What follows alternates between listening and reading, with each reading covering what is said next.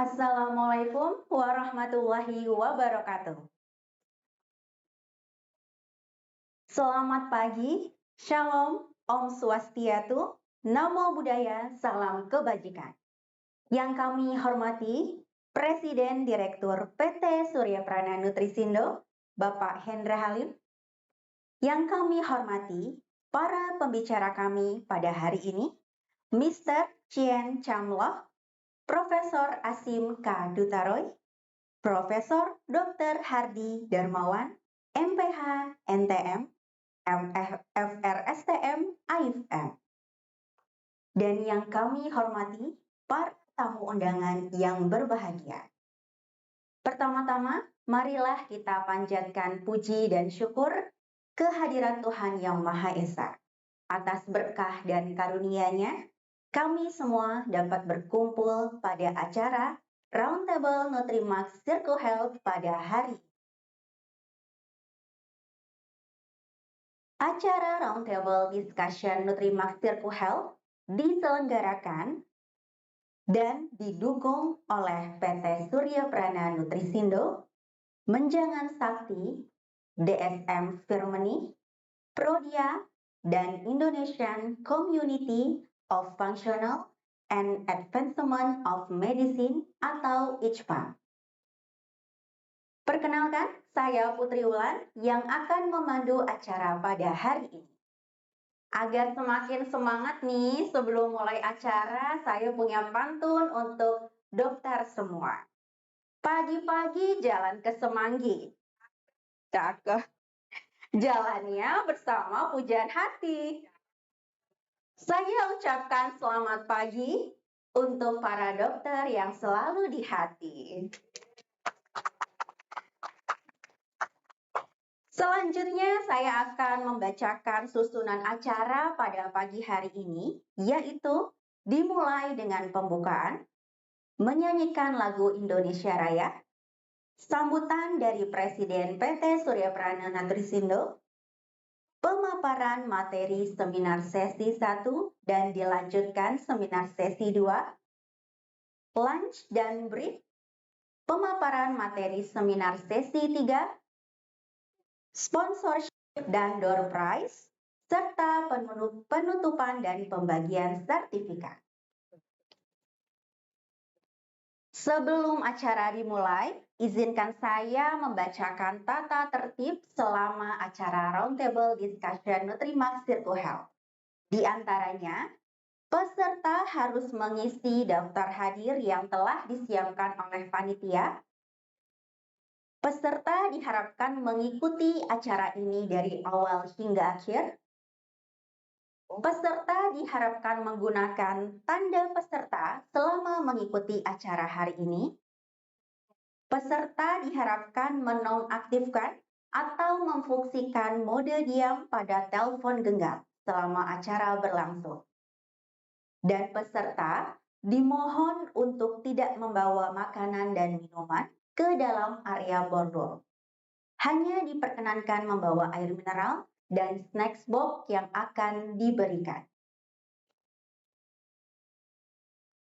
Memasuki agenda selanjutnya, yaitu menyanyikan lagu Indonesia Raya.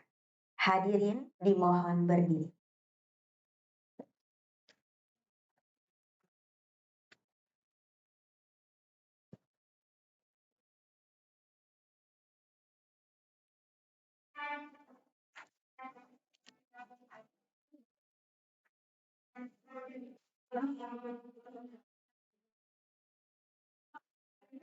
Pada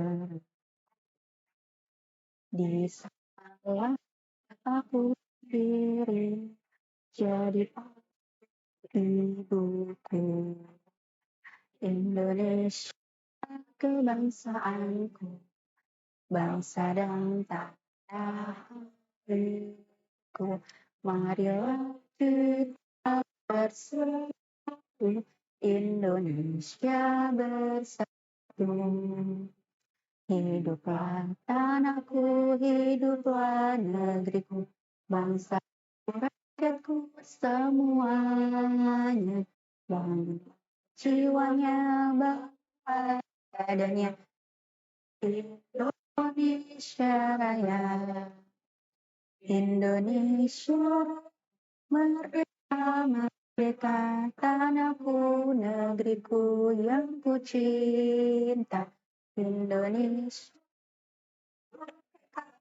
merdeka, Indonesia Raya, Indonesia merdeka, merdeka, tanahku, negeriku yang ku cinta. Indonesia merdeka, merdeka, hiduplah Indonesia Raya. Hadirin, disilakan duduk kembali. Acara selanjutnya adalah sambutan yang akan disampaikan oleh Presiden Direktur PT Surya Prana Nutrisindo. Kepada Bapak Hendra Halim, kami silakan untuk naik ke atas panggung.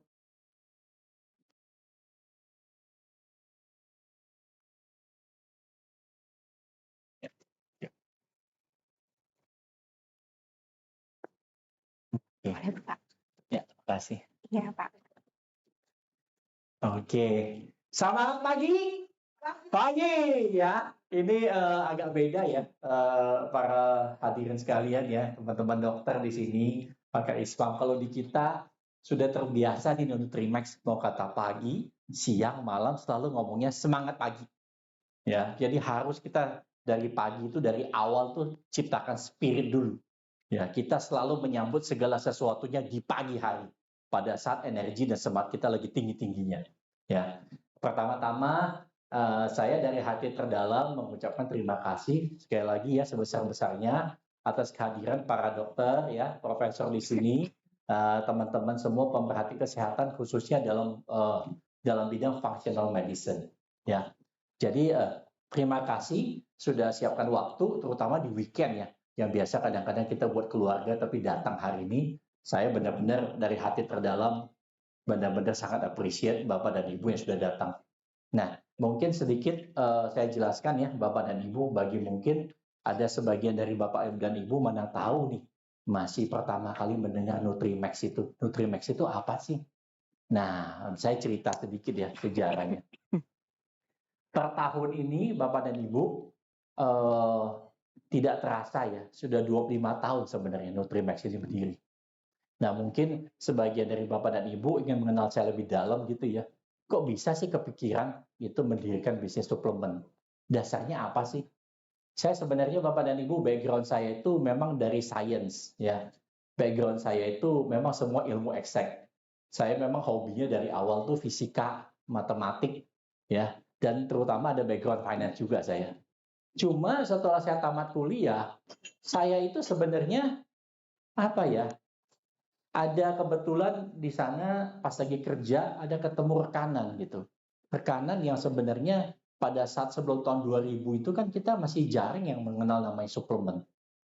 Dia menawarkan opportunity. Justru dia katakan ini sebenarnya merupakan bisnis yang peluangnya luar biasa. Tapi nggak sekarang, tapi di kemudian hari. Ya, dia trigger kepada saya keinginan tahuan saya cuma simple. Beliau katakan gini, pernah nggak kamu berpikir, ya, kenapa sekarang kemajuan teknologi makin maju, ya, semua kemudahan kita dapat, ya, tapi kita punya umur cenderung makin pendek. Ini kan kesannya bertolak belakang dengan segala macam kebutuhan, kemajuan teknologi, ya, kemudahan yang kita dapat. Kok bisa sih? Umur manusia bukannya tambah panjang, tapi makin pendek. Nah, itu membuat saya sempat ke-trigger. Ih, ya dia ngomong benar juga loh. Kalau kita cek ya, beberapa masa waktu yang lalu ya, mulai dari tahun before 50s terutama, itu orang cenderung usianya ekspektasi semua tinggi-tinggi. Nah, kenapa kok bisa kayak gini? Ini kan sesuatu yang merupakan kontradiksi. Nah, ini juga Bapak dan Ibu menjadi trigger buat saya sebenarnya untuk men-set ini menjadi salah satu prinsipal atau pondasi dari perusahaan Surya Prana Nutrisindo ini didirikan. Ya dalam hal ini produk Nutrimax ya. Jadi ternyata setelah saya dari pertanyaan tersebut saya sudah mulai cek itu. Kenapa bisa demikian? Akhirnya saya cek, oh ternyata prinsipnya satu. Setelah saya cari semua jurnal, akhirnya saya simpulkan cuma satu. Dasar kenapa kita sekarang hidup di zaman modern, usia cenderung lebih pendek dibanding sebelumnya, cuma satu, yaitu apa kesimpulannya? Ini red line-nya nih, benar-benar ini menjadi prinsipal kita. Yaitu ternyata kata kuncinya imbalance, ketidakseimbangan. Kenapa saya katakan ketidakseimbangan, Bapak dan Ibu? Karena gini, pada dasarnya pencipta kita, Tuhan Yang Maha Esa itu luar biasa, maha luar biasa. Pada saat dia menciptakan suatu ekosistem, sebenarnya sudah punya kemampuan untuk auto healing, kemampuan untuk heal itself, gitu ya. Cuma seiring dengan berjalannya waktu, dengan populasi yang bertambah, ya, manusia makin banyak, lahan makin terbatas, terpaksa untuk pemenuhan kebutuhan esensial ini kan menjadi challenging, ya. Bagaimana caranya populasi bertambah, lahan terbatas, tapi bisa menghidupi orangnya segini banyak dari segi sandang dan pangannya. Nah, akhirnya terjadilah kalau kita melihatnya, mulai terjadi itu yang namanya proses rekayasa genetika GMO, Bapak dan Ibu. Kenapa? Karena kalau ini tidak dilakukan, jadi seperti pisau mata dua. Kalau ini tidak dilakukan, maka manusia yang populasinya semakin banyak dengan lahan yang semakin sedikit tidak mampu tercukupi kebutuhan sandang dan pangannya. Oleh karena itu dilakukanlah proses GMO. Ya. Nah, efeknya apa, Bapak dan Ibu? Kalau kita lihat, kenapa kok bisa terjadi imbalance? Kita melihat sekarang, pada saat zaman dulu kalau kita compare, ya, kita makan apapun itu harvesting time-nya perlu waktu lebih lama. Kita tanam padi, paling lama setahun paling bisa 1 maksimum 2 kali. Tapi kalau sekarang bisa setahun bisa sampai dengan 4 kali. Ya. Kemudian ayam yang biasa kita suka makan. Yang zaman dulu perlu waktu setengah tahun baru boleh dipotong. Sekarang hanya dalam waktu 6 minggu. Konsekuensinya apa, Bapak dan Ibu? Karena semua alam ini berjalan ada waktunya. Tapi manusia intervensi di sana. Cut dia punya time. Sehingga untuk kita saat kita harvest makanan yang kita makan sekarang, nutrisi yang terkandung di dalamnya itu belum cukup untuk sebenarnya memenuhi kebutuhan tubuh kita. Karena di harvest dalam waktu yang singkat, ditambah lagi lahan yang kita pakai secara belum ready sudah dipakai lagi ulang untuk harvest berikutnya. Unsur haranya belum terpenuhi untuk dia store. Ya, kalau kita lihat istilahnya sebenarnya alam itu punya cycle sendiri. Sebenarnya kita tidak boleh interfere. Once kita interfere pasti akan terjadi imbalance. Ya. Nah, itu yang terjadi sekarang Bapak dan Ibu. Coba kalau saya mau memperhatikan paling simple. Dari kita amatin kenapa orang sakit. Tubuh kita punya kemampuan healing itself. Tapi pada saat healing itu diperlukan ingredient-ingredient yang dibutuhkan untuk supaya kita bisa heal. Nah, sekarang makanan yang kita dapatkan Bapak dan Ibu tidak mengandung nutrien yang cukup, ya bahkan sangat depleted untuk supaya tubuh kita mampu heal itself. Akibat dari apa? Dipanen dengan waktu yang sangat singkat, tubuhnya belum store nutrisi yang diperlukan. Ya, larinya kepada apa? Kepada kita. Kita perhatikan Bapak dan Ibu, very simple. Ya, saya kasih ilustrasi. Ayam yang sekarang yang kita makan, Bapak dan Ibu, bukan hanya bisa diharvest dalam waktu 6 minggu. Tapi perhatikan Bapak dan Ibu, khususnya bagi Bapak dan Ibu yang sudah mulai lahir di usia di sekitar tahun 1950-an. Paling simple. Apalagi yang sudah dari tahun 1930 sampai 1950 akan menyadari pada saat itu ukuran ayam yang kita harvest ya paling banter itu sekitar 4 on sampai dengan 5 on. Setengah kilo. Dan harvest time-nya 6 bulan. Sekarang 6 minggu kita bisa mendapatkan ayam dengan ukuran jumbo di atas 2 kilo. Satu ayam. Hanya dalam waktu 6 bulan. Yang terjadi adalah apa? Campur tangan intervensi manusia dengan melakukan GMO ini mengakibatkan fokusnya dari GMO ini hanya fokus kepada kita supaya kenyang. hanya buat kenyang, bukan gizinya terpenuhi. Ya. Jadi, yang terjadi sekarang sama seperti makanan yang kita lakukan. Kalau Bapak dan Ibu mungkin sadar zaman dulu tuh di sekitar tahun 80-an ada mungkin yang kita kenal namanya Brussels sprouts. Ya. Zaman dulu Bapak dan Ibu boleh coba cek, tidak ada yang berani makan namanya Brussels sprouts itu. Why? Karena rasanya yang sangat pahit. Zaman sekarang sudah GMO sedemikian rupa, dimodif, ya. Rasanya jadi enak, anak kecil pun bisa makan, pahitnya hilang. Kemudian Bapak dan Ibu mungkin bisa berasa juga adalah gini, apel.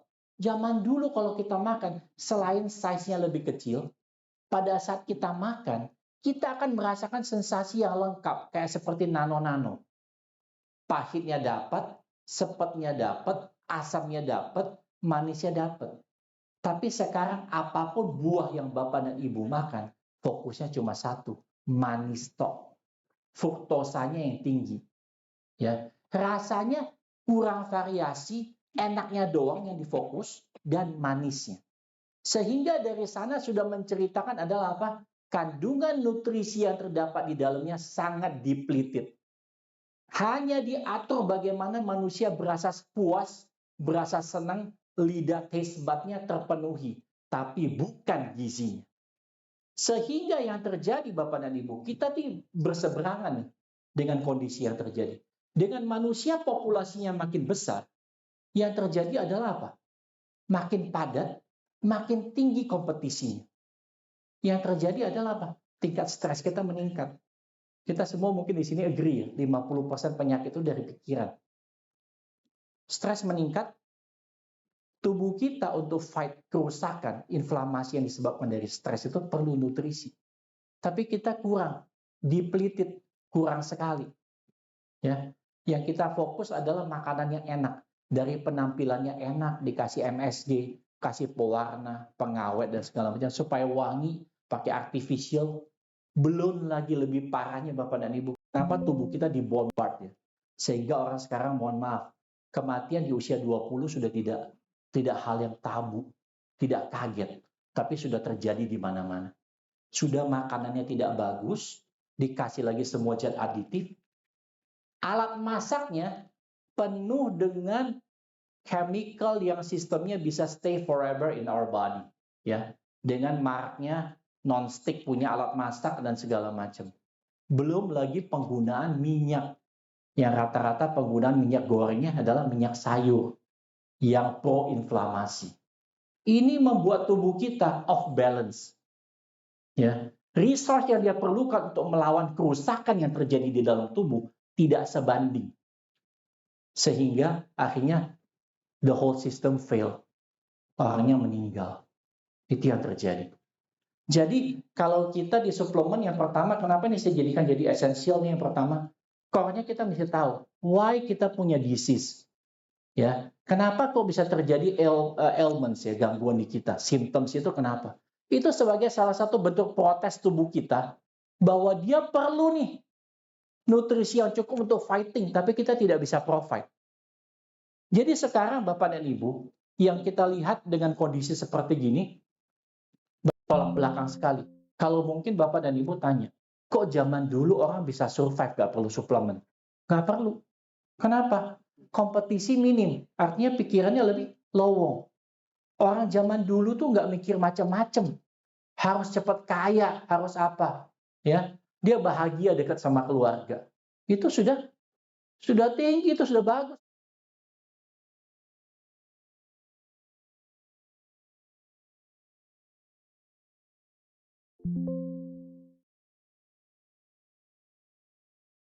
Kalau di kita harus cari dia punya source of the problem, kenapa? Dan kemudian ini akan sampai kepada kesimpulan yang pertama. Dan ini membuat saya kenapa saya mau ngambil bisnis ini. Saya melihat, wih, ini artinya cuma satu Bapak dan Ibu. Zaman sekarang is impossible to get your nutrient from the food alone. It's impossible. Saya garis bawahi. Tidak mungkin kita bisa sustain secara hidup, mau dapatkan kualitas hidup lebih baik, umur lebih panjang, kalau kita hanya mengandalkan nutrien dari makanan sendiri. It's impossible. Ya. Saya cuma mau katakan tadi simpelnya, dengan waktunya belum cukup untuk dia manen nutrisi, dia sudah disembelih, ya, atau tanamannya sudah dipotong untuk diambil, sehingga fokusnya kepada besarnya, bikin orang kenyang dan dengan kadar glukosa atau fruktosa yang tinggi. Nah ini masalah, this is the source of the problem. Jadi yang pertama kalau dari kita sudah melihat ini adalah esensial, kebutuhan. Kalau dulu boleh ada, boleh enggak. Kalau sekarang tidak bisa. Wajib kalau Anda memang mau punya kualitas hidup lebih baik dan umur yang lebih panjang. Wajib. Karena bombardment ada 3 yang terjadi. Di pikiran kita, tingkat stres tinggi karena kompetisi tinggi. Ya. Yang kedua adalah karena kita deplete of nutrition, kita sudah off balance. Tubuh pun sama, alam pun sama. Pada saat alam terjadi masalah, bencana alam, itu sebenarnya salah satu bentuk mekanisme dari alam ini untuk apa? Untuk tadi, supaya bisa sustainable, dia harus ada melakukan sesuatu. Ya, itu satu. Yang kedua, ini dari kita. Kenapa kita fokus kepada itu? Yang kedua adalah dasarnya dari saya, pertama yang harus tadi harus tahu source-nya, ya, kita harus benerin di sana. Yang kedua adalah di Surya Prana Nutrisi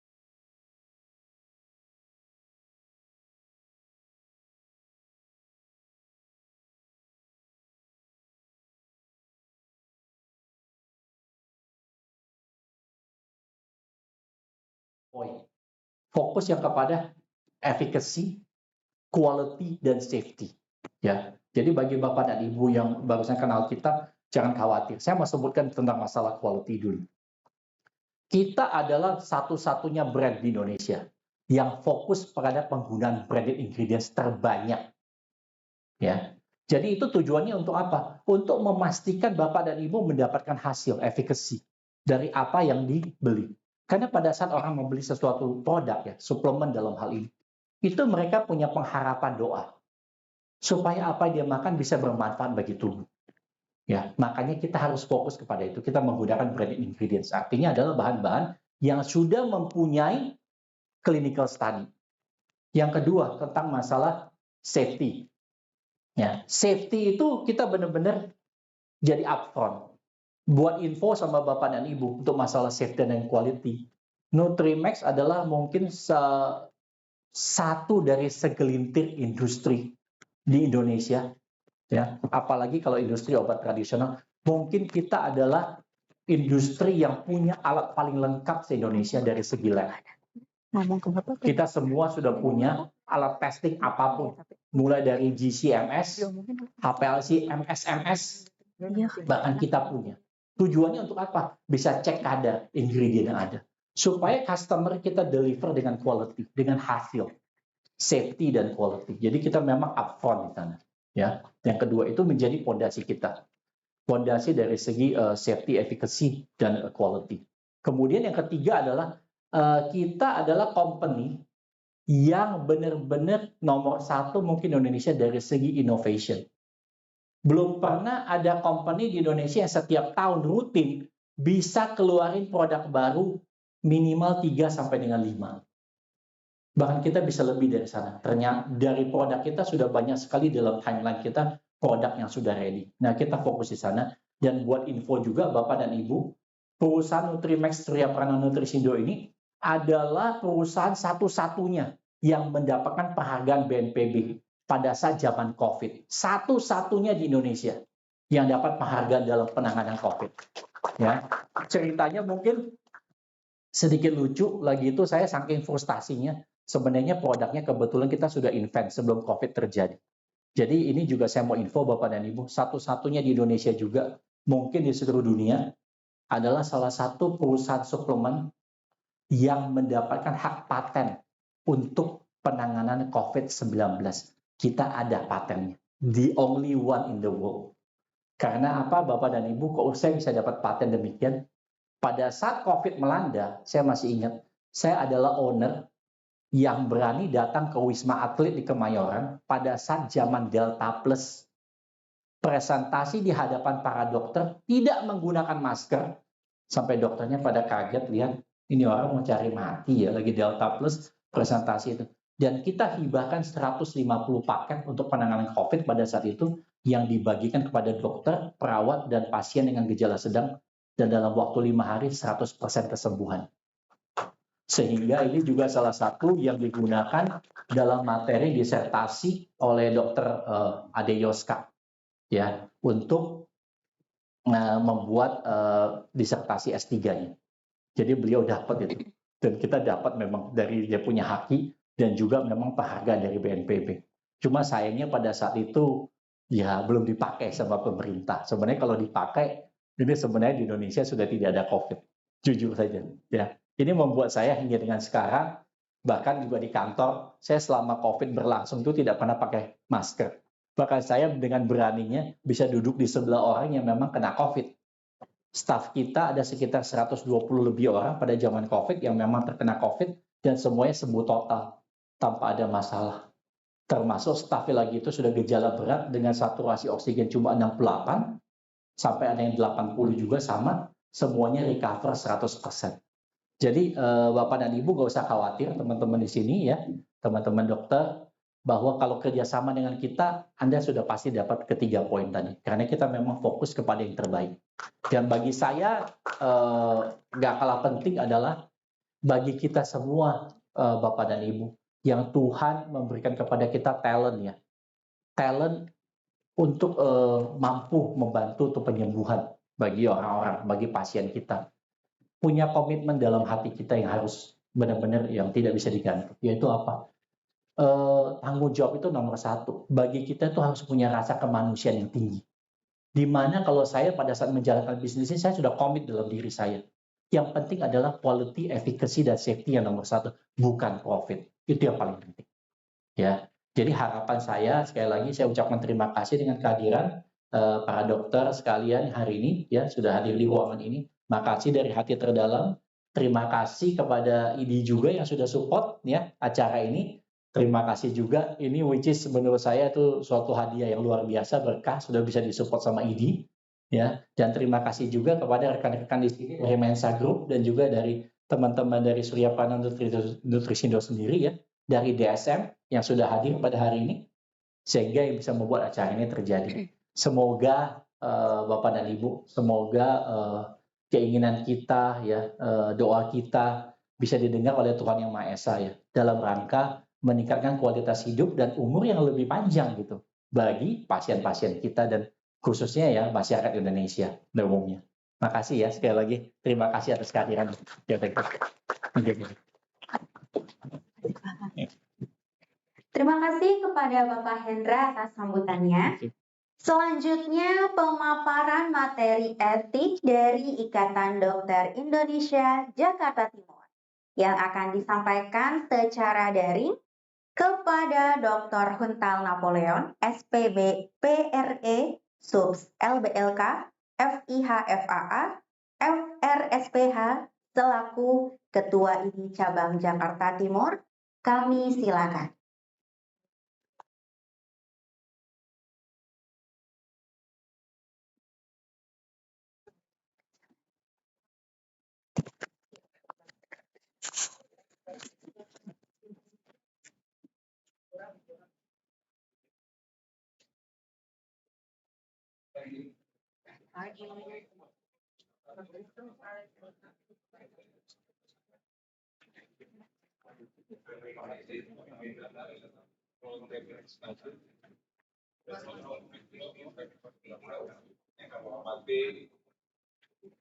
PT Nutrimax, Bapak Hendra, Presiden Direktur. Terima kasih untuk kegiatan ini, sangat baik sekali untuk pengayaan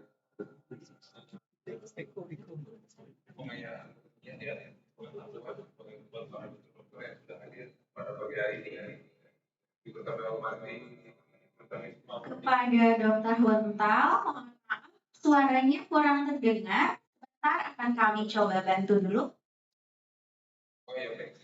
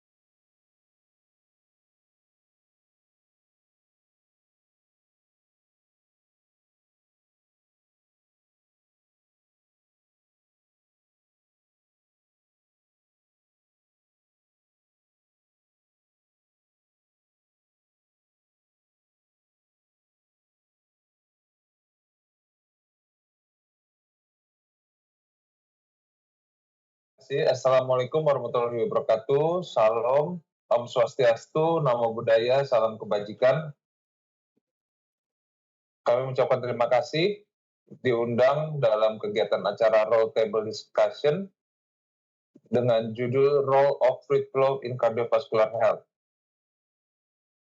Yang kami hormati Bapak Hendra Lim sebagai Presiden Direktur PT Tersama, kemudian Dr. Nisma Wardini, MKes MSI, kemudian tentunya yang kami hormati PT Nutrimax yang selalu giat di dalam kegiatan inovasi produk Nutrimax ya. Kemudian para pembicara, narasumber, dan seluruh peserta yang kami hormati dan kami banggakan. Apakah suara saya sudah terdengar dengan jelas? Baik, terima kasih. Yuk kita mulai slide-nya. Pada kesempatan pagi hari ini kami ingin mengingatkan kembali refreshing kepada seluruh peserta tentang etika kedokteran. Bahwa etika kedokteran ini menjadi suatu hal yang sangat penting dan sangat terkait dengan praktek kedokteran. Itu sangat penting. Slide, tolong dibuka semua kotak-kotaknya. Ya, nah, jadi bicara tentang praktek kedokteran adalah bicara tentang kontrak terapeutik ya antara dokter dan pasien. Yang mana hal ini hubungannya dengan namanya suatu kegiatan besar, namanya adalah upaya kesehatan. Upaya kesehatan ini adalah upaya yang dilakukan oleh seorang dokter untuk memberikan kesembuhan ataupun memberikan kenyamanan ya bagi pasien-pasien yang merasa tidak nyaman, sakit ataupun menderita. Dan upaya ini tertulis di dalam aturan-aturan regulasi adalah upaya maksimal ya, tentunya harus sesuai dengan standar SOP. Tertulis di kotak bawah ini, praktek upaya kesehatan adalah suatu rangkaian kegiatan dilakukan oleh dokter dan dokter gigi terhadap pasien dalam melaksanakan upaya kesehatan. Jadi ini tentunya bukan cuma kuratif saja, bukan sebagai pengobatan saja, tapi juga kegiatan promotif. Promotif ini adalah upaya untuk meningkatkan kesehatan dan juga pencegahan kesehatan, preventif. Dan juga dilanjutkan setelah kuratif adalah rehabilitatif dan paliatif. Jadi kami minta kembali pada seluruh dokter-dokter peserta pada kegiatan acara hari ini, bahwa kegiatan kita bukan saja sebagai kuratif atau membantu kesembuhan, tapi juga meningkatkan derajat kesehatan, pencegahan kesehatan, sampai ke rehabilitatif dan paliatif. Kita slide. Kita tolong ganti, ya, lagi. Nah, bicara tentang praktek kedokteran, suka tidak suka, kita bicara tentang 3 ranah. Ranah etika, disiplin, dan hukum. Ranah etika, seperti kita ketahui, hal ini adalah yang membedakan profesi kita dengan profesi-profesi lainnya ya. Tanpa etika, dianggap kita seperti dokter yang komersil, ataupun tidak berperi kemanusiaan, ataupun lain-lain ya. Dan tentang disiplin kedokteran ini ada lembaganya yang mengatur, namanya MKDKI ya. Tentunya ada 28 pasal yang menjadi ketentuan dalam disiplin kedokteran, dan juga ada ranah hukum. Ranah hukum ini adalah sebuah ranah yang mana memberikan sanksi hukum seperti kita ketahui bersama, ada sanksi pidana, sanksi perdata ya. Nah tentunya etik disiplin dan hukum ini kita jadikan sebagai pagar atau jalan yang kita lalui ya. Baik kita tidak keluar dari pagar dan kita mengalami hal yang tidak mengenakan gitu ya.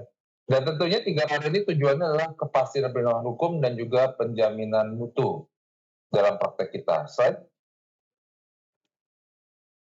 Etik kedokteran ini ada 4 unsur utama di dalam etik yang paling penting ya. Ini berlaku di seluruh negara di dunia. Prinsip pertama beneficence, bahwa kita sebagai dokter harus melakukan hal yang baik untuk pasien. Nomor 2 adalah prinsip otonomi, kita harus menghormati hak pasien dalam memutuskan. Dalam semua kegiatan yang bersifat invasif atau sifatnya itu kemungkinan ada efek samping, kita harus menyampaikan kepada pasien secara terbuka ya, tidak ditutupi segala hal yang akan dilakukan bahkan bila terjadi efek samping. Nah, SEO ini adalah bukan kertas biasa ya, suatu kertas sangat penting menjadi salah satu yang diminta di dalam proses penegakan hukum. Nomor 3 adalah non-maleficence. Sebagai dokter, kita wajib tidak boleh memperburuk keadaan pasien. kita sampaikan pilihan-pilihan dan mana yang tidak akan memperburuk keadaan pasien. Misalnya ambil contoh, pasien dengan fraktur, kita cari-cari krepitasi. Nah, itu termasuk melanggar prinsip do no harm ya. Kita cukup mencari diskontinuitas dari bone-nya bila diperlukan ya. Itu sudah cukup untuk menunjukkan adanya fraktur. Namun dalam prinsip justice, sebagai dokter kita tidak boleh mendiskriminasi pasien apapun dasarnya. Apalagi ini tahun politik ya, apapun menjadi hal yang menjadi bawaan, kita tidak boleh membedakan pasien baik dari suku, agama, ras, partai, dan kepentingan politik. Slide lagi, ini tadi kita sudah bicara tentang etik disiplin hukum. Nah, bicara tentang etika, bicara tentang apa yang baik dan apa yang buruk. Bukan apa yang benar dan apa yang salah, tapi baik dan buruk. Slide. Nah, ini adalah buku Kodeki. Bagi teman-teman dokter yang belum memiliki buku ini, bukunya tipis kecil ya, aslinya kecil. Mari download di Google langsung ya, bisa langsung di print gitu ya, supaya kita punya pegangan. Slide. Nah, isi dari Kodeki atau Kode Etik Dokter Indonesia ini ada berisi 21 pasal. Ini produksi Ikatan Dokter Indonesia, terakhir diproduksi tahun 2019 ya, dibukukan, dan sudah juga dihak ciptakan. Isinya adalah tentang kewajiban umum sebagai dokter, 2 kewajiban dokter terhadap pasien, 3 adalah kewajiban dokter terhadap teman sejawat, dan keempat adalah kewajiban dokter terhadap diri sendiri. Slide. Kita langsung masuk ke dalam isi dari Kode Etik Kedokteran. Pasal 1, kepada seluruh dokter, mari kita ingat kembali ya, waktu kita mengangkat janji dokter atau sumpah dokter, saat kita lulus profesi, mari kita ingat kembali, kita laksanakan selalu setiap hari, setiap waktu, kita menjunjung tinggi sumpah dokter. Pasal 3, kita langsung tentang wajib tidak boleh dipengaruhi berakibat hilangnya kemandirian profesi. Tentunya kita semua tahu, dalam pelayanan praktek kedokteran kita memiliki SOP ya, standar operasional prosedur. Itu mari kita telaah lagi, kita cari ya semua tindakan yang kita lakukan, sistem pengobatan kita lakukan, kita memiliki SOP menjadi standar dalam tindakan kita. Nah, ini kemudian ini tidak boleh luntur. Tidak boleh luntur oleh kerjasama ataupun kepentingan gitu ya. Bagaimana kita memberikan yang terbaik buat pasien. Pasal 4, wajib menghindarkan dari memuji diri. Nah, ini beberapa waktu lalu di ID DKI Jakarta mengkonfirmasi pada dokter yang menuliskan iklan tentang the best. Tulisannya the best. Ada spesialisasi ya yang tidak saya sebutkan. The best apa gitu. In Indonesia atau in Jakarta gitu ya. Nah, kami kembali ya bahwa sampai sekarang ini belum pernah ada namanya perlombaannya atau kejuaraannya ya dokter terbaik ya. Artinya kita tidak boleh menampilkan publikasi yang berlebihan, terutama publikasi yang dibuat oleh Vaskes, karena hal ini tentunya akan membuat harapan dan juga tuntutan dari pasien ataupun sebagai klien kita yang bisa akan berlebihan. Nah, ini kita hindari ya dengan memuji diri ini, termasuk juga dengan menampilkan yang sifatnya iklan ya, tentang iklan. Nah, tolong hati-hati karena di Indonesia dalam standar etika kita harus menghindari diri dari memuji diri. Mari kita sampaikan kepada kasus kita masing-masing, pada marketing gitu ya, bahwa tidak menampilkan secara khusus. Pasal 5 tentang wajib oleh persetujuan. Tadi sudah disampaikan ya, bagi teman-teman sejawat yang belum memiliki standar surat izin prosedur ya atau SEO ini, surat izin operasi misalnya, mari kita download langsung dari websitenya KKI ya. KKI itu punya standar SEO yang sangat lengkap dan bagus. Download, diganti kok-nya dengan kok Vaskesnya. Nah, ini itu untuk pengisiannya diusahakan semua kolomnya bisa terisi dengan lengkap. Jangan lupa meminta persetujuan bukan cuma dari pasien, tapi juga pada keluarganya ya. Dan juga ada saksi dari Vaskes kita masing-masing. Pasal 6, wajib berhati-hati mengumumkan menerapkan pengobatan baru yang belum uji kebenarannya. Tadi saya sempat dengar dari Pak Hendralin tentang inovasi-inovasi dilakukan oleh Nutrimax, dan ini sangat baik sekali ya. Apalagi juga sudah terbukti di dalam sebagai promotif ya, promotif kesehatan dan juga preventif ya pada zaman COVID. Nah, jadi kepada teman-teman sejawat, kami mengingatkan kembali, tidak semua produk-produk baru ataupun hal-hal yang sifatnya wah ya dari luar negeri yang kita baru baca di website atau di media sosial, itu langsung kita terapkan ya. Kita harus pertanyakan dulu apakah ini sudah ada evidence-based medicine-nya. Dan dari situ kita tidak ada kesalahan tuh ketika melaksanakan praktek ini. Atau bila diperlukan, mari kita laksanakan sesuai prosedur lewat kegiatan uji klinis ya, bila diperlukan. Tentu akan sangat banyak ya produk teknologi baru yang bisa dipakai atau diterapkan. Evidence-based medicine masih menjadi standar yang wajib kita harus lakukan dalam praktek kedokteran. Pasal 7, nah ini sepele dan simpel ya, tentang surat keterangan. Nah, mungkin begitu mudah dan gampang kita menulis sebuah surat istirahat ya buat pasien ya, namun hati-hati ya, karena semua surat yang dikeluarkan dari meja praktek itu adalah surat yang harus bisa dipertanggungjawabkan secara hukum. Nah, jadi tolong hati-hati kalau ada pasien yang meminta surat istirahat buat keluarganya, tetangganya, adiknya, apa siapapun yang tidak kita periksa sebelumnya, itu harus kita bisa pertanggungjawabkan. Dan kedua juga, kita menerapkan standar yang penting ya. Standarnya itu mungkin tidak terlalu berlebihan kalau misalnya memberikan surat istirahat. Kita masuk pasal 10 tentang wajib menghormati pasien, teman sejawat dan tenaga kesehatan. Sebagai dokter, kalau dokter arogan itu sangat mudah sekali ya terkenal lewat medsos itu ya, di YouTube, TikTok, Instagram gitu ya. Mari kita hindari ya. Mari kita sama-sama menjaga profesi luhur kedokteran, martabat profesi kedokteran yang selalu terjaga ya sejak zaman Hippocrates ya. Bahwa kita menghormati pasien itu sudah pasti, kita juga menghormati teman sejawat kita, prinsip kesejawatan dan seluruh tenaga kesehatan dan juga non kesehatan ya ada di vaskes kita semua. Slide berikutnya, pasal 11 tentang melindungi hidup makhluk insani. Profesi dokter adalah profesi penjaga kehidupan ya. Kita tidak ikut-ikutan di dalam kegiatan aborsi ataupun pengakhiran kehidupan. Jadi kalau kasus seperti ini biasanya langsung ke pihak penegak hukum tanpa meminta saran ahli. Dan kita langsung masuk ke pasal 18, memperlakukan teman sejawat seperti kita ingin diperlakukan. Ini penting ya, ketika ada diminta second opinion oleh pasien dan keluarga, tolong kita hati-hati ya di dalam membuat statement tentang sejawat kita. Kita kembalikan dengan secara netral ya, tanpa menyalahkan ataupun mencap salah gitu ya. Karena hal ini bisa menjadi provokasi. Karena kita mendapatkan data nih 80% sengketa medik terjadi karena komentar ataupun penilaian dari sejawat-sejawat yang lain. Tolong kita berupaya mengurangi efek samping yang ada, kemudian juga kita mengembalikan kepada pelayanan teman sejawat sebelumnya. Ataupun membawa hal ini kepada Ikatan Dokter Indonesia ya, yang siap untuk membantu menjembatani bahkan mencegah terjadinya persengketaan medik ini.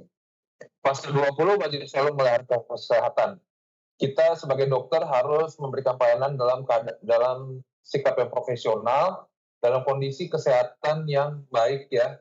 Dalam artian kita tidak dalam keadaan kurang istirahat, dalam keadaan sakit gitu ya, sehingga kita bisa memberikan yang terbaik buat pasien. Dan pasal 21 yang terakhir tentang wajib mengikuti perkembangan ilmu pengetahuan dan teknologi kedokteran. Kami apresiasi kegiatan dari PT Nutrimax, produk Nutrimax ya pada pagi hari ini untuk memberikan pengayaan keilmuan dan juga peningkatan kompetensi buat seluruh peserta ya tentang bagaimana efektivitas dan efisiensi dari produk herbal untuk pencegahan penyakit kardiovaskular. Kardiovaskular ini adalah karena penyakit yang sangat meningkat ya dalam masa-masa ini dan tentunya bisa hadir dengan inovasi-inovasi yang terbaik dari produk Nutrimax ini. Dan semua dokter harus terus update keilmuannya lewat kegiatan webinar, kegiatan seminar, simposium, dimanapun berada. Mungkin ini kami sampaikan tentang sanksi dari etik, juga disiplin dan hukum ini hampir sama ya. Kalau sanksi etik ini ada sifat teguran, penghentian tugas, pengalihan tugas, reedukasi, pencabutan rekomendasi izin ya.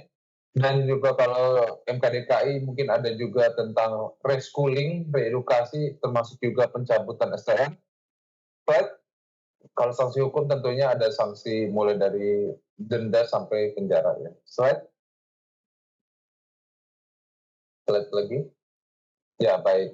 Demikian terima kasih yang bisa kami sampaikan. Kami berharap seluruh peserta, seluruh teman sejawat pada pagi hari mendapatkan manfaat sebanyak-banyaknya dan selalu menjaga etika kedokteran yang terbaik di dalam prakteknya. Terima kasih. Salam sehat, sukses semua. Wassalamualaikum warahmatullahi wabarakatuh. Terima kasih. Terima kasih kepada Dr. Guntala Poleon atas pemaparan materinya. Masih semangat, Dokter dapat? Pasti ya. Coba saya tes dulu nih semangatnya. Kalau saya bilang semangat pagi, Dokter dapat jawabnya pagi luar biasa. Oke? Semangat pagi. Terima kasih, semangat ya. Selanjutnya kita akan memasuki acara inti, yaitu pemaparan materi seminar sesi 1, dan dilanjutkan nanti dengan sesi tanya jawab. Pemaparan materi sesi 1 ini akan disampaikan oleh narasumber kita yang luar biasa, yaitu Mr. Chien Chamlo, Regional Market Development Manager DSM, dan nanti akan dipandu oleh moderator kita, yaitu Ibu Yuli Chandra. Kepada Mr. Chien Chamlo dan Ibu Yuli, silakan naik ke atas panggung.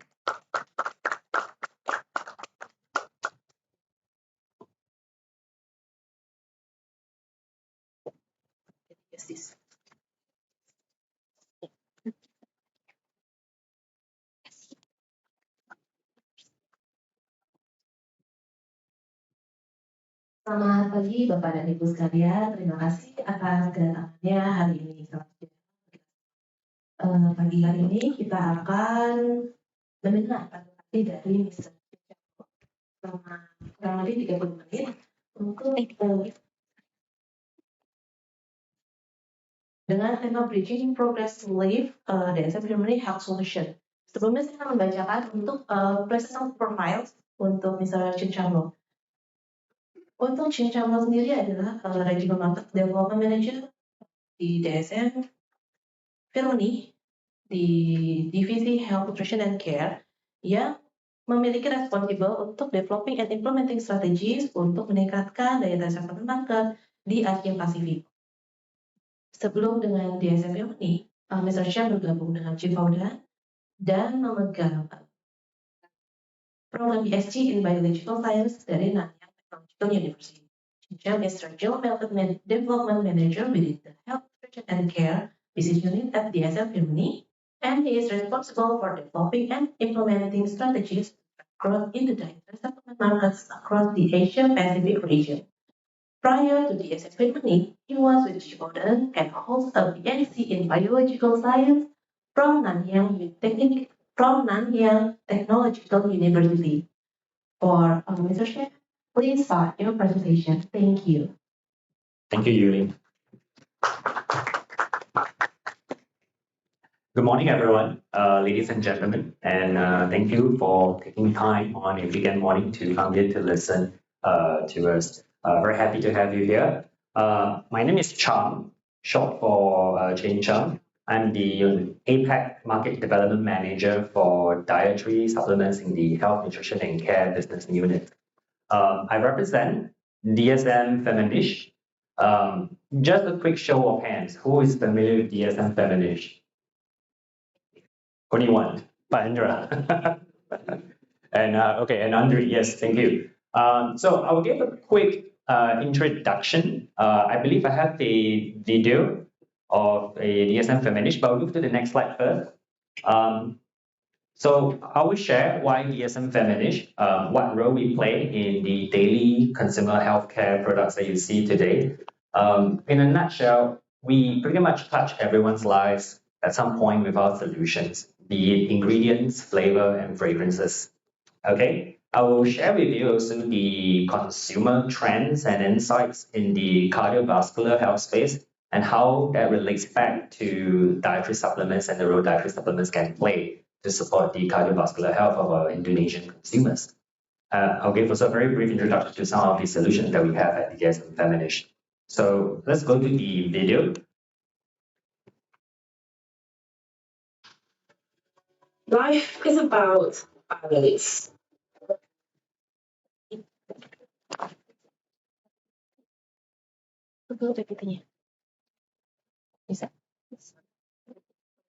Your wants.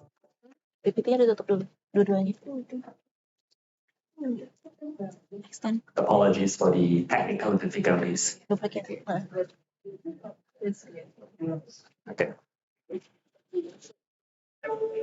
Life is about balance. Balance between individual wants, collective needs, and the demands of our planet. But forget sacrifice or compromise. We combine the essential, the desirable, and the sustainable to ensure all life on Earth has what it wants and what it needs. At DSM Family Niche, we make delicious, nutritious food more accessible for all. We help farmers thrive within nature's limits. We enrich staple foods to improve the health of millions. And we create fine fragrances that boost concentration, creativity, and mood. It's complex stuff, and the outcome is simple. We enrich life for the many and nurturing it all. Our two companies form a single force for good, full of life in all its glory as innovators in nutrition, health, and beauty. Together, we bring progress to life. Together, we are DSM Feminist. So DSM Feminist is actually the merger of two companies, DSM and Feminist, which is a flavor and fragrance company. So what this means is that we are actually now at the best position to bring in innovation in health, nutrition, beauty, and fragrance products. If you go to the next slide, we have 4 business units. I come from the health, nutrition, and care. And like I said, you probably already have been exposed to some of our products today already in the market, be export or local produced. From the dietary supplement side, we are present in multivitamin, bone health, joint health, the omega-3s, and of course, today, cardiovascular health. We're also present in the ever-emerging and very popular eye health, as well as the health of the gut. So what's happening in today's market? Let's take a deep dive into the consumer health trend and insights. Now, I'm in the room full of doctors, so I believe I'm really preaching to the choir. Everyone is already familiar, right? The number 1 killer in the world is actually cardiovascular diseases. Okay, according to the World Heart Federation, that accounts for 33% of all the deaths. Okay, and traditionally we tend to believe that the demographic is mostly males past a certain age, but that's not true. According to the statistics, about 32% of global deaths for women are also cardiovascular diseases. So it's not just men, it's both men and women. Okay,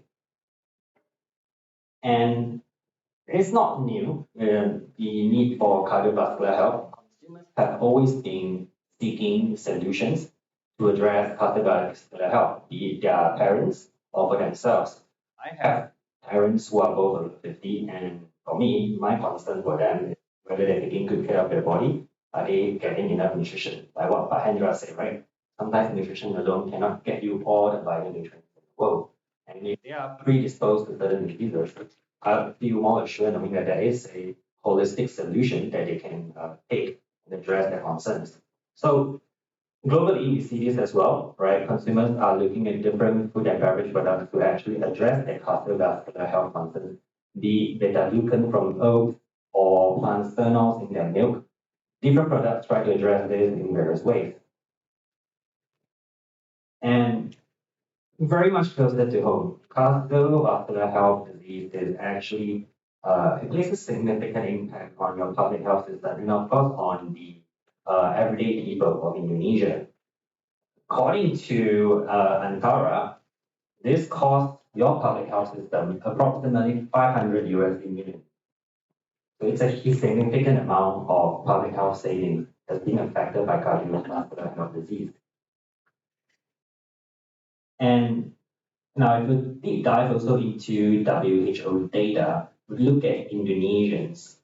Approximately, well, almost every age group actually has a significant effect by cardiovascular health disease. So this is the data from WHO, it's 2019, but it's still quite relevant today. From what you see, past actually 70, the number one issue experienced by consumers are cardiovascular disease. But if you take a look at the bottom chart, where consumers from the age of 30 to 49, consider young adults, or where I'm actually positioned, I'm also at a high risk of experiencing cardiovascular disease. And so we need to also shape the mindset away that this is just a problem experienced in age or elderly patients. It is also something that will affect young adults, especially when, if you go to the next slide, we are not exactly the healthiest. We don't make exactly the healthiest choices in the things we do. Sedentary lifestyle, obesity, that is the number one risk factor that adds to cardiovascular health disease.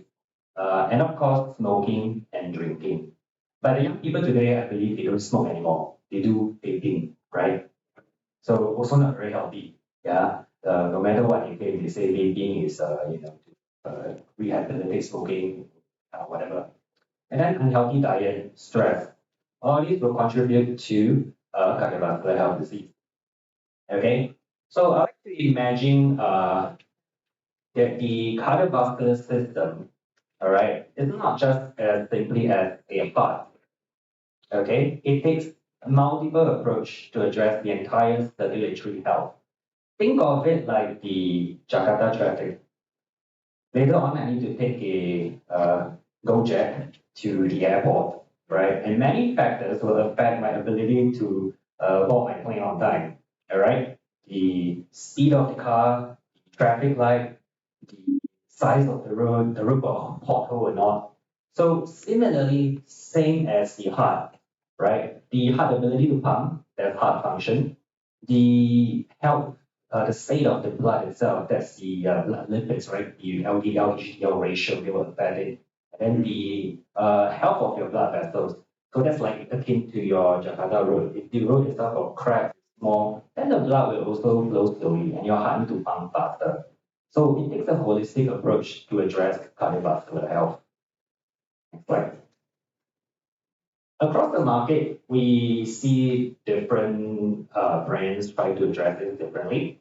On one hand, we see Fruitflow, okay, which is a water-soluble tomato extract, which Professor Hartin will, as well as I believe Professor Hardy will go into details. It has an anti-platelet effect, all right, and you can actually feel the effect as soon as 1.5 to 2 hours. I actually took it last night. I felt it. I was eating very fast before the time. I don't know why. Yeah, and you can combine it with omega-3 because omega-3 has a whole wealth of holistic function for the heart. It doesn't just help with heart function, but it also helps with the HDL and LDL ratio as well. But today, market is also changing, right? There's also people also pivoting. They're looking for something alternative. In the middle, you see vegan. This is the algae omega. So today we keep hearing topics about sustainability very expensive, can people afford it? Yeah. So this is something that consumers in other regions are also exploring. On the right hand side, we have resveratrol. So resveratrol has been the darling for healthy aging in the last 10 years. It's supposed to have benefits from the skin of the grapes, and it helps with the endothelial function as well as the blood flow of the blood vessels. So let's deep dive a little bit into Fruitflow. Fruitflow is actually the first natural, typically substantiated ingredient for healthy blood flow. It is also approved by the European Safety Food Authority, EFSA, to be able to make the claim that it actually maintains healthy blood flow by supporting healthy platelet aggregation. Okay, no other ingredient has such a strong claim in the market, and you all are probably already familiar with, alright. Econ also asked for a lot of substantiation, a lot of safety data, a lot of clinical studies. Same with EFSA. Next slide. So Fruitflow is actually, as I said, do the harmonization of the functional ingredient claim in Europe back in about 2006. Fruitflow was the first ingredient that was able to obtain a functional food claim out of all the other applicants. So this is actually not very easy to do. I think it took them about more than 2 years to get this. Okay. And in order to make this claim, you need to be able to substantiate with safety clinical data in order to get this claim. Approximately 2,000 applicants were made back in as of 2017. Okay, only 10% can get a claim from EFSA. It's very rigid and vigorous. And I'm also happy to announce, next slide, that in Indonesia, next.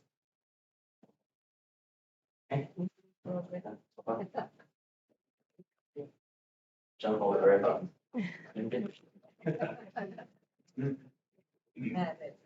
Go back. Back one slide. Back. Go back. Okay, go forward.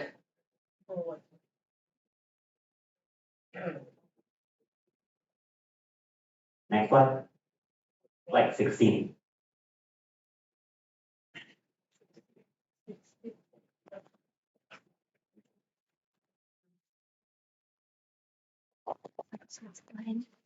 Lagi.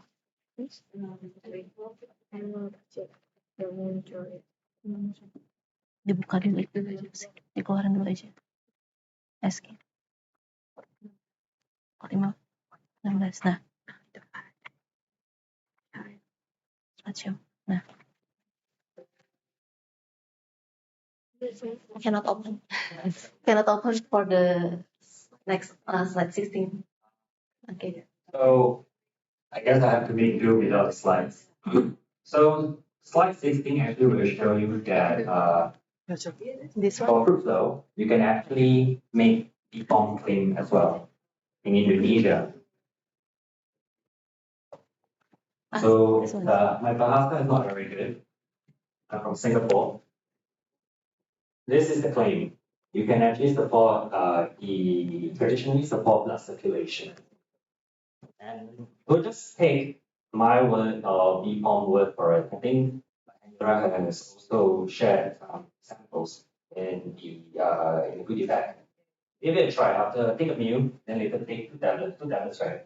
2 tablets, 150 milligram. You will feel the blood flow in about 1.5 to 2 hours. Like I said, last night I was really going to bed. Suddenly the effect kicked in. I was like, oh, what's this? Yeah. All right, next slide. I would like to take the opportunity to share Resvita. So Resvita is actually DSM Family's trans resveratrol. So trans resveratrol is actually the resveratrol that you see in today's market. Ours is actually very pure, like almost 99% purity. And our Resvita has actually been used in clinical studies as well. It shows improvement actually in healthy obese subjects in their endothelial function as well as their blood flow. Okay. Like I said, approaching cardiovascular health is a system, right? There are many ways to address this, so you need to consider a holistic way. This is another way to address heart health by improving the blood pressure. Next slide. We also offer other solutions in our portfolio of ingredients to address cardiovascular health.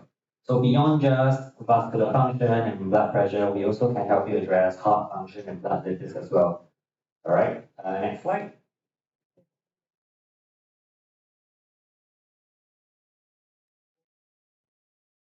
So to summarize, I talk about the public health trends that we see today when it comes to cardiovascular health disease, also why we as feminine, we are the solution provider for health, nutrition, and care, and also, of course, in the space of cardiovascular health. Very happy to be here, and I think I'm standing between you and coffee break and Professor Hassan. So, without further ado, I will hand over to the next. Okay, thank you for you, Chair, to give us to speak. Baik Bapak Ibu, sedikit summary terkait presentasi yang telah disampaikan oleh Mr. Chem. DSM Germany is a Swiss Dutch global group proudly listed on Euronext Amsterdam, and with its mission to keeping the world's growing population healthy in health, nutrition, and care, the DSM Germany deliver critical nutrients to proactive health in every stage of life and every short of lifestyle. And based on WHO states that cardiovascular disease leading to health issues such as heart attack are leading cause of death globally, 32% of all deaths worldwide.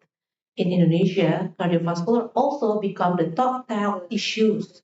And this the reason why expand the importance of maintaining a lifestyle with being active and consuming supplements for CVD, such as maybe Fruitflow or DHA or maybe resveratrol and the others.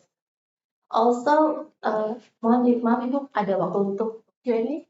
Oke. Ada Ibu. Oke. Kita bisa open Q&A session mungkin untuk 3 penanya pertama akan mendapatkan gift dari Suryakana. Mungkin bisa diajukan, oh ya, Ibu.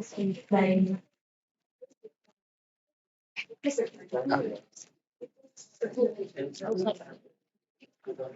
Oke. Terima kasih. Sebenarnya yang saya tanyakan adalah apakah ekstrak biji anggur ini bisa betul bermanfaat untuk kesehatan jantung dan apakah bisa bersinergi dengan Fruitflow?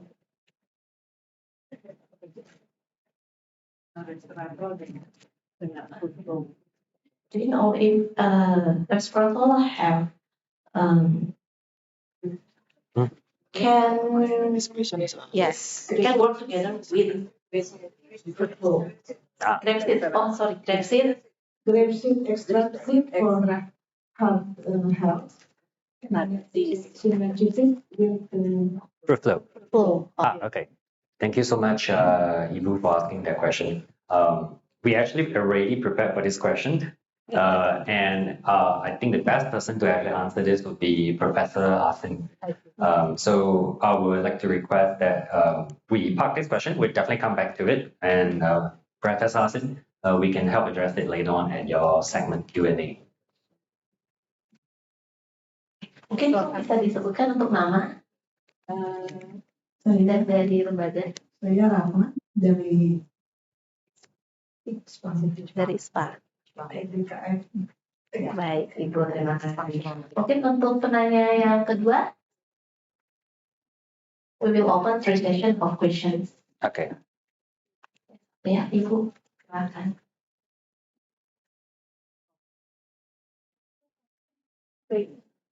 Yeah, thank you. My name is Afifa.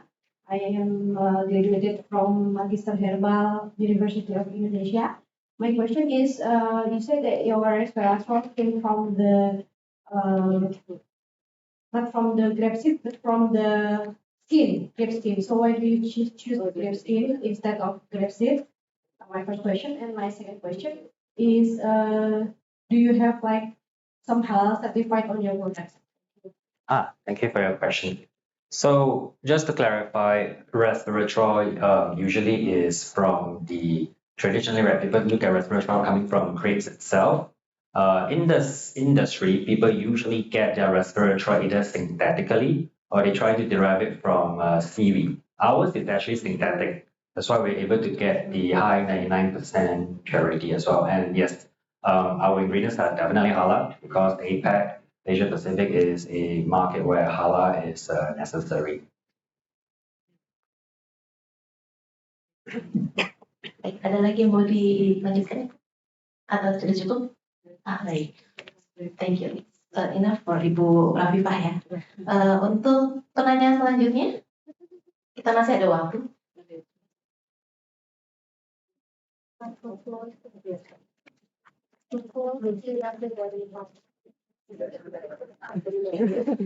The Fruitflow coming from Thomas. Yes. I mean the fruit or the leaf, and then what is what part of the active compound that have efficacy to platelet aggregation, Okay. aggregation to circulation, maintain the blood circulation. Okay. I understand your question. Pakai zat yang mana, bagian mana dari Tomato, right? Because Fruitflow drink is beberapa macam ya. Ada alkaloid, ada apa ya? Oh, in the active compound of Where is it found on the fruit itself, right? Okay. flavonoid or glucosid. Flavonoid is Thank you. you have to Ken, no worries. Very good question. Professor Asim, we have a very curious group of audience here who would like to know where is the active compound found within the tomato plant for Fruitflow. And the second question, I didn't get the second question, is how it actually relates back to antiplatelet activity, right? Maybe Professor Asim, you want to share, or we can actually go to your segment. I think your segment would cover all this question as well. What do you think? Professor Sachin. Cannot do. Good morning, Prof.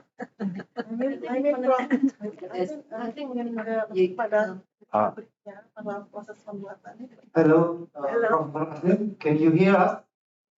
Yeah, I can hear you. Okay. Good morning, everybody. Should I speak now? Yes. Okay. This is Dr. Roy from University of Oslo. Thank you for inviting me to share the journey of discovering Fruitflow that started in 1990s when I was in Aberdeen, Scotland, and the work went on when I moved to Oslo University in 2001. Two courses going on. So I'd like to share the journey Sorry, I want to give a coffee break. of the Fruitflow that started almost 25 or more years ago. So without much ado, I will start my lecture. Can I share the screen? The presentation. Professor Asim, sorry. Before we start, can we do an introduction? Can you hear me, Professor Asim? Yeah, that's okay. Should I give my own introduction or you will give? We have a moderator here, Argun. He will give a introduction. Okay. Yeah. Professor Asim, we close your. You close. Yes. Yes, So your station. thank you for the question. So sorry. Okay. Thank you for your speech for the session, and Sorry. we will give the mic back to the MC. Thank you. Yeah. Oke, terima kasih kepada Ibu Yuli Chandra dan Mr. Chien Changlo atas pemaparan materinya. Boleh kita tepuk tangan ini? Oke, selanjutnya kita akan memasuki pemaparan materi seminar sesi 2 dan dilanjutkan nanti dengan sesi tanya jawab yang akan dibawakan oleh Profesor Asim Kadura. Dan nanti akan dipandu oleh Bapak Argun Widarsa selaku moderator. Kepada Bapak Argun, kami silakan.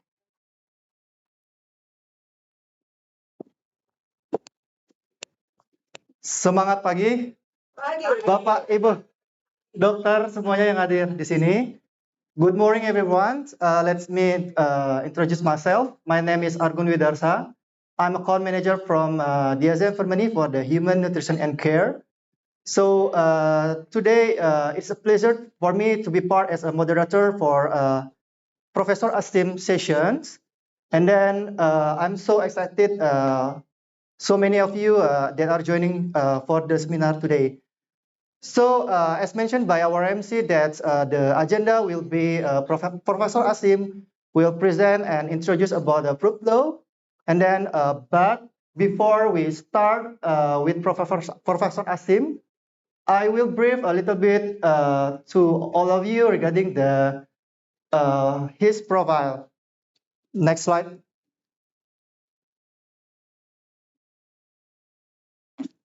Yeah, so Professor Asim is a professor from the Faculty of Medicine, University of Oslo, and group leader of chronic disease.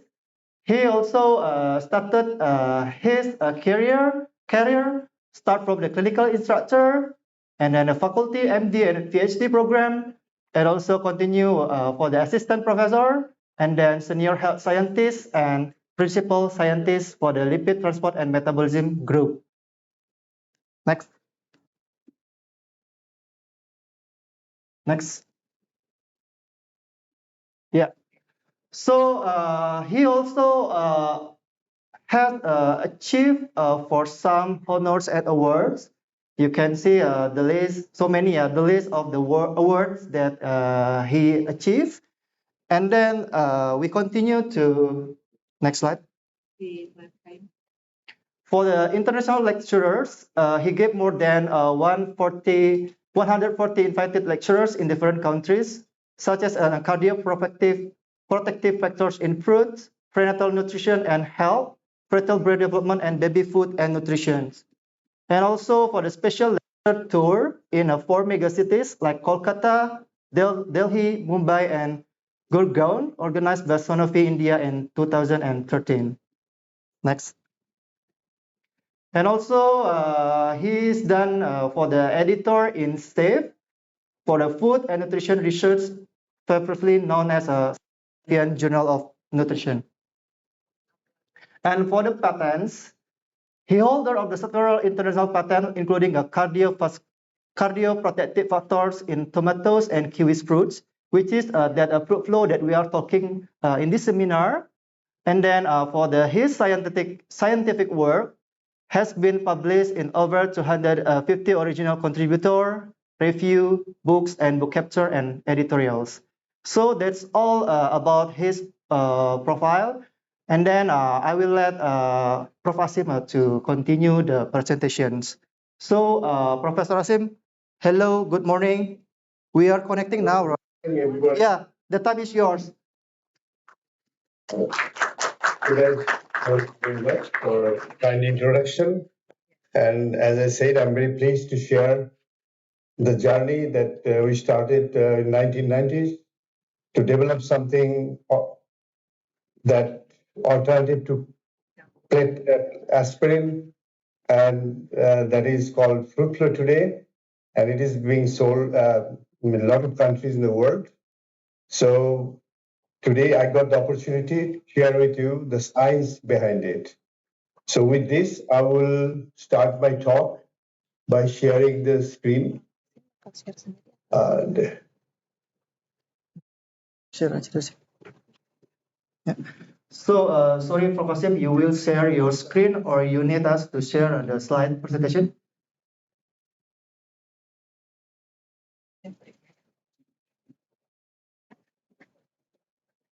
Lagi coba.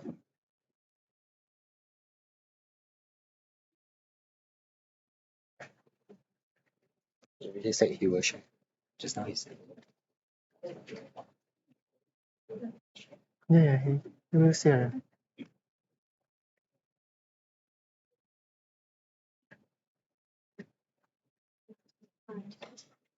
Hmm?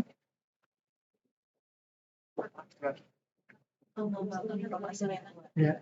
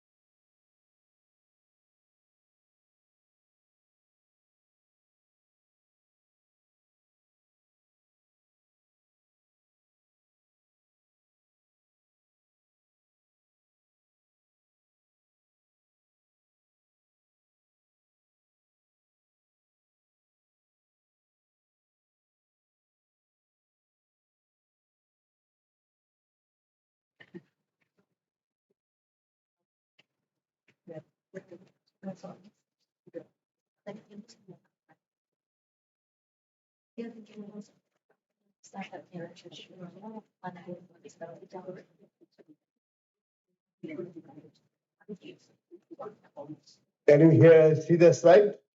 Yes, we can see now. Okay. Yeah. Thank you. Here I am in the hospital working in Oslo, and but without much ado, I'll start talking about the development of the flow.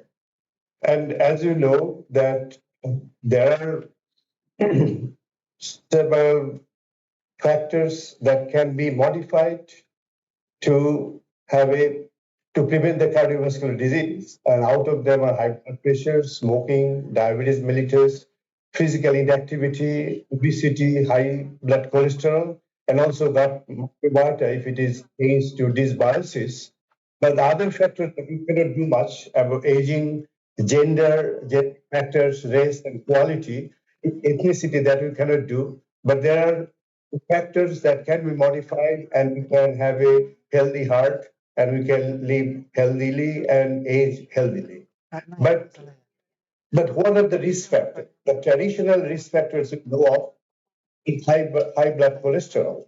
But if you look at this slide, this is a study result from the Framingham study that involved 5,000 people, and they measured the cardiac events and then relate to the total blood cholesterol. And as you see here in this cartoon, on the right side of the curve, that 80% of the people who develop coronary arterial disease have the same blood cholesterol value as those who do not develop coronary arterial disease.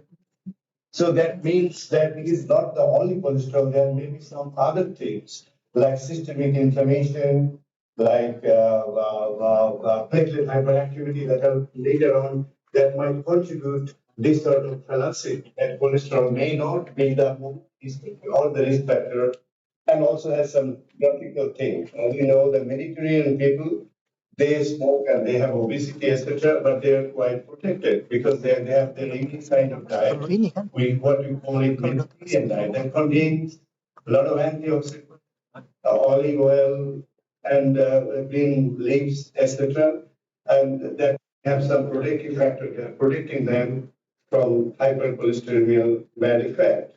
So, before we go to the cardiovascular disease, you must understand the role of different layers. The hemostatic processes. Hemostatic process means we develop throughout millions of years evolution a system that actually prevent blood from flowing through our system. Because if we injure our blood vessels, then we might lose blood if it is not sealed or clotted. Blood pressure will fall to die. For one reason, there are three different partners that are involved. I mean, the vessel injury is there, and there will be neural kind of signals will be there that actually constrict the blood, reduce the blood flow, and of course, platelet will be activated, and they will rush the place where there is a breakage happen and make a kind of aggregate and make a hemostatic plaque. At the same time, alternatively, if the tissue factor is expressed because of these problems, there is a coagulation activity starting, setting, and they will produce the they will come together and they will make all three will make the hemostatic plaque. And when the vessel is repaired, that will be dissolved by the pancreatic system. So this system is very important for us to survive. But when it happens in wrong place, then it can lead to cardiovascular disease or the stroke. But we will be talking about the important role of platelets because we thought platelet is very much subject to changes of our lifestyle, dietary habits, physical activity, and gut microbiota can activate the platelet. So that what impacts that we have in our system. So there is the important, life is all balance, the balance is maintained, and the blood flow is maintained by the interplay with the coagulation cascade and fibrinolytic system, platelet activity. The most important of we have 62,000 miles of blood vessels, That interior surface must be clean, no attachment to the cells. We have trillions of cells moving through blood vessels, and so blood vessel is also important. And if platelet is more hyperactive because of things I will talk about later on, the tendency towards thrombosis, a thrombotic tendency, if the platelet become inactive by taking aspirin, or in a dengue fever, when the platelet counts are low, then it can go to the bleeding situation. But also it depends coagulation factor, genetic factor, etc., and also fibrinolytic, the system that dissolve clot formed in the body.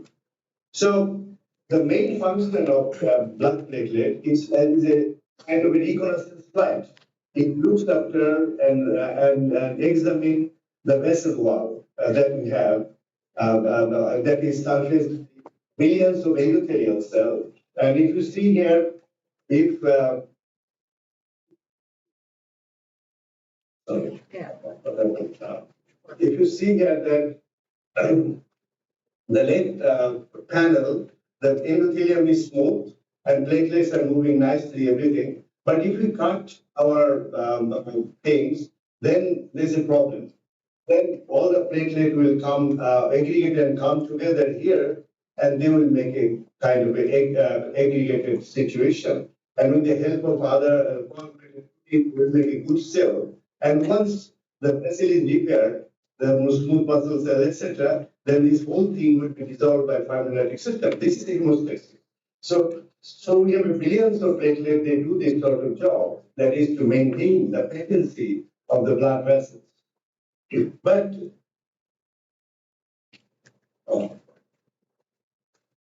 what happened?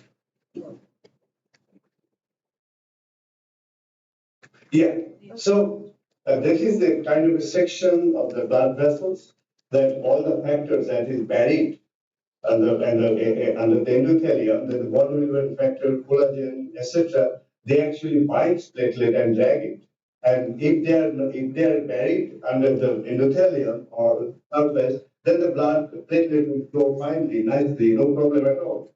But if they are activated by inflammation, by platelet hyperactivity that secrete a lot of molecules, I will come later on, and with the help of leukocytes, and this kind of protein will express, and they will try to bind the platelet and activate the platelet and drag slow the blood flow. And you can see this is, and then the damage of endothelium, monocyte macrophage just get in under this endothelium, and they will make, and the fats, etc., will go, and they will, that may be the beginning of the formation of atherosclerotic plaque.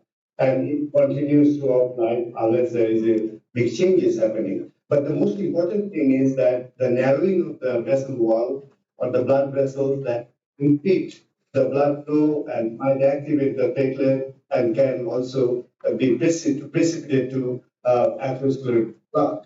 So we know that the situation that if platelets are more tend to aggregate that we see in the smokers and obese people, and then also in diabetic, that they secrete some molecules we can come later on.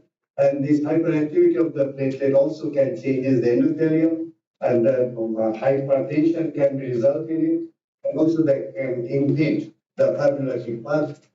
Hypertension is also complicated by thrombosis-related events and vascular presence, and this thrombotic occlusive events paradoxically also lead to hemorrhagic episode. So the most important thing in blood pressure, high blood pressure, the platelet activation should be tamed, should be arrested. This is must. So look at the conditions linked to the platelet hyperactivity: diabetes mellitus, insulin resistance, obesity, old age, overnutrition, hyper diet, sedentary lifestyles, pollution, gut dysbiosis. We know, I'll talk about it. Dimethylamine nitric oxide produced by the gut microbiome that can activate the platelet, can oxidize lipids, and can be used. Inflammation, systemic inflammation, oxidative stress, lipidemia, and certain drugs and we know of that can activate the platelet. And in cancer platelet got activated and we had one of the player in metastasis and hypertension activate the platelet or vice versa.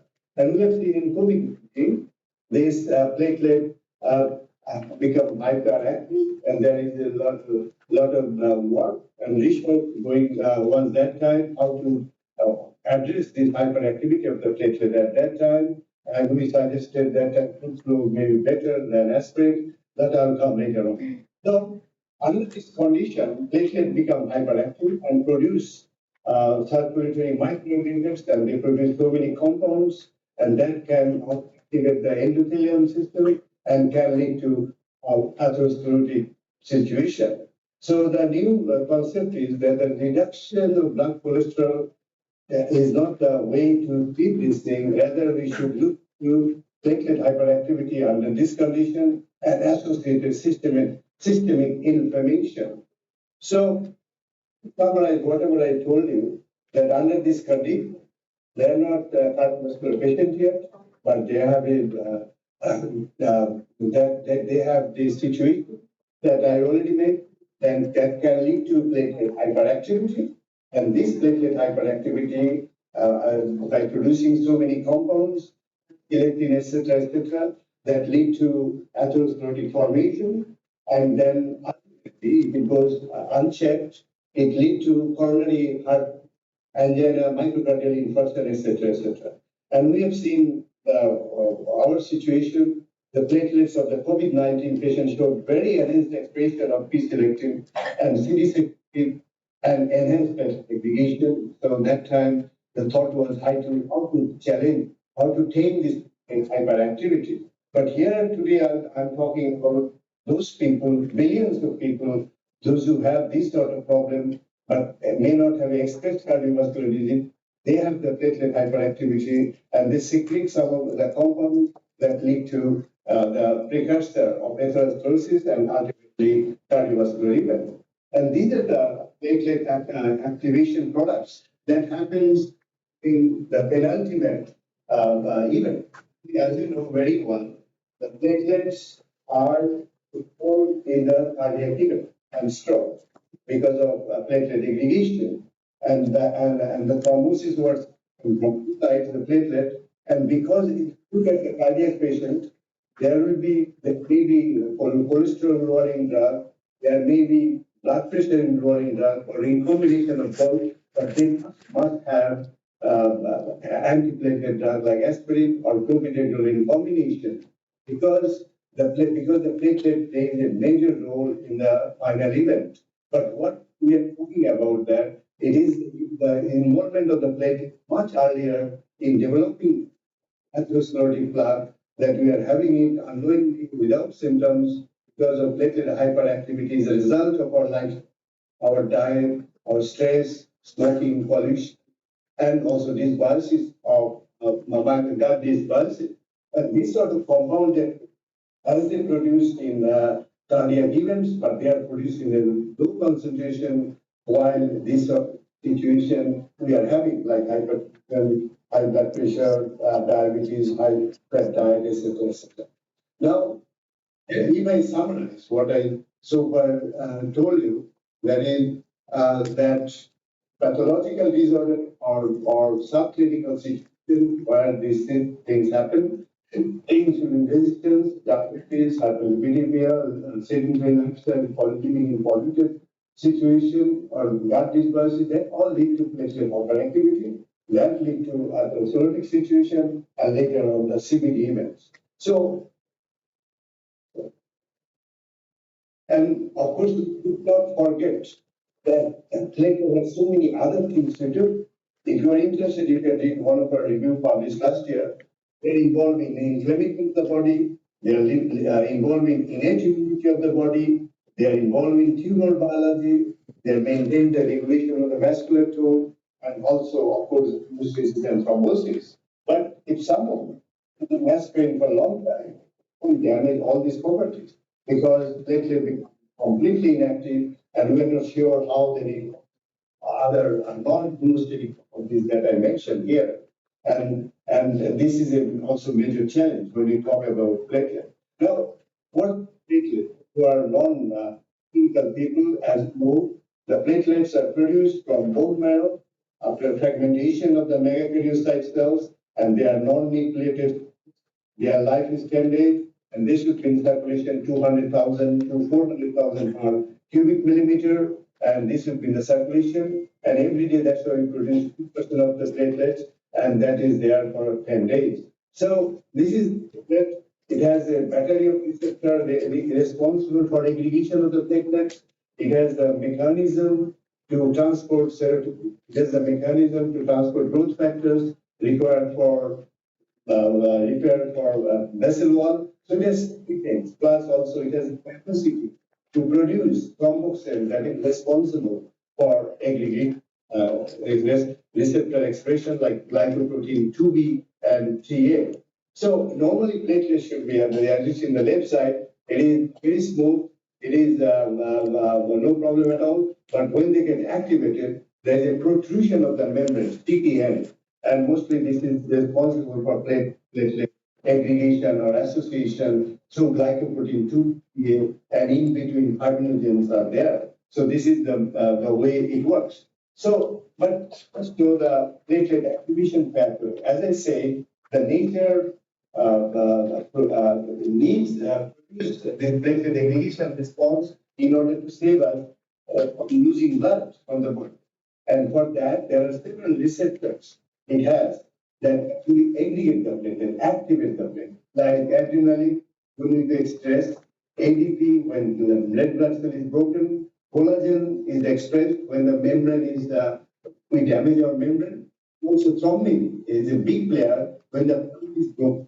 The thrombin is the player. All these aggregating proteins, what they do, they actually express glycoprotein 2B and 3A. These two proteins remain separate. They come together and make receptor for fibrinogen to bind, and then this other end of the fibrinogen bind with another activated platelet. So when we damage our vessel wall, as you see here, exposed into collagen, and this collagen actually is a vulnerable factor. Glycoprotein 2 and platelet talking there, and this is also helped by the expression of glycoprotein 2. So other platelets come join them, and this is only segregating agent to the expression of phospholipase A, 2 or C, plus other things that release arachidonic acid from the central membrane, and this arachidonic acid then subject to produce thromboxane A2. This thromboxane A2 then activate the receptor for binding. As you see here, collagen,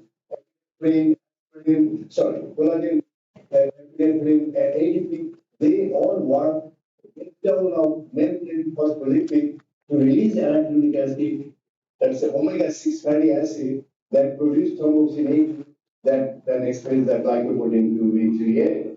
But today, we have more arachidonic acid than 6 years back, because in order to reduce the cholesterol, we decrease the complete saturated fat and replace by omega-6 the steroid, and that contains uronic acid. So in our membrane, we have more arachidonic acid, and then we have more hypersensitivity, and we have problem of singing, hypersensitivity, allergy, etc. But also because the blocking of arachidonic acid, it produces exaggerated thromboxane A2 and can aggregate more. Then the omega-3 fatty acid to replace arachidonic acid, you have a thromboxane A instead of A2. That has no activity on glycoprotein 2 expression. But the most important feature of this slide is thrombin.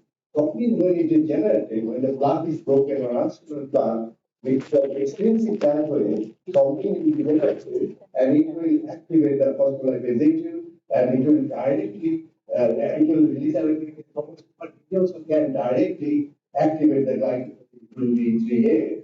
That's why is not effective at all or very little effective when the thrombin is the main agonist or aggregating the platelets when the plaque is broken. It can also aspirin, but it can stop the thromboxane pathway, but thrombin pathway is there which activate the terminal receptor. That's why aspirin, when taking aspirin, on the combination, very difficult when the plaque is broken. to avoid the cardiovascular event. And I think that yeah, 30% of us, as you see that now, we are resistant to it. That means if you give aspirin, it does not almost an 80% worldwide. So we have today now several antiplatelet agents, aspirin, inhibitor, the definition, etc. I will not go more, but just to tell you, aspirin inhibits cyclooxygenase, FOX1, the platelet or any other cell. There is FOX1 and FOX2. FOX1 is inhibited by aspirin. The platelet will not produce hormone during their 10 days life. One the FOX1 is by aspirin because it has no protein, so platelet become inactive and moving around platelet, but we don't know how affecting the non-hemostatic properties of platelet when aspirin is aspirated, the cyclooxygenase inhibited. But the major side effect we have that is stomach problem and life-threatening. And as you see here, the effect of aspirin cardiovascular mortality, 10% total mortality it can inhibit, although it can be 100% immunity to thrombosis it can inhibit 50%, 90%, etc. But when companies are there, they can do much, and 10% every day will produce a new platelet. They are not aspirated, so they will be take part in the platelet aggregation, and also the mechanism apart from thrombocytopenia, very important platelet aggregation and vascular blood geology can also impact inflammation is the impact of platelet aggregation. It can happen even in the presence of aspirin. So here we are that we have 30% people resistant to aspirin, and it is not effective against pumping, and it has the side effect like gastric bleeding, aspirin resistance I told you, and there is no much you can. But this is for clinical research. So, but still we know that situation like this, we antiplatelet drugs are used. So there is anti-plastic testing of stent, coronary artery bypass, because this is the only drug is available in the market at the moment. But because of this side effect, because of 30% studies that I showed you that millions of people with a platelet hyperactivity will not use aspirin regularly, and it is also not recommended. USA Food and Drug Administration, FDA, and European Cardiology, they say that aspirin only can be regularly on the people, those who have already stent, suffering from cardiovascular situation, and also people with plus those who are dead, they should be given. And there are a lot of data later on came out. They say the 70 years old and above, the aspirin is not is doing the harm rather than any benefit. So I'm interested in 1995 because whenever we know hyposulfate amino acid that present in the seafood, that can have an impact on blood clot. We have an evidence, Jewish population, people, those who eat a lot of seafood, and it takes time their blood to clot. So there are evidence there. They eat 10 grams of every day. Impossible for us to get to the mainland, and also is not having that much data. Plus also it takes longer to have to saturate your platelet with hyposulfate enteric acid, because we have a huge point and a lot of other fat, and taking 1 gram or 500 milligrams of this, it will take long time. So it is not the way to go.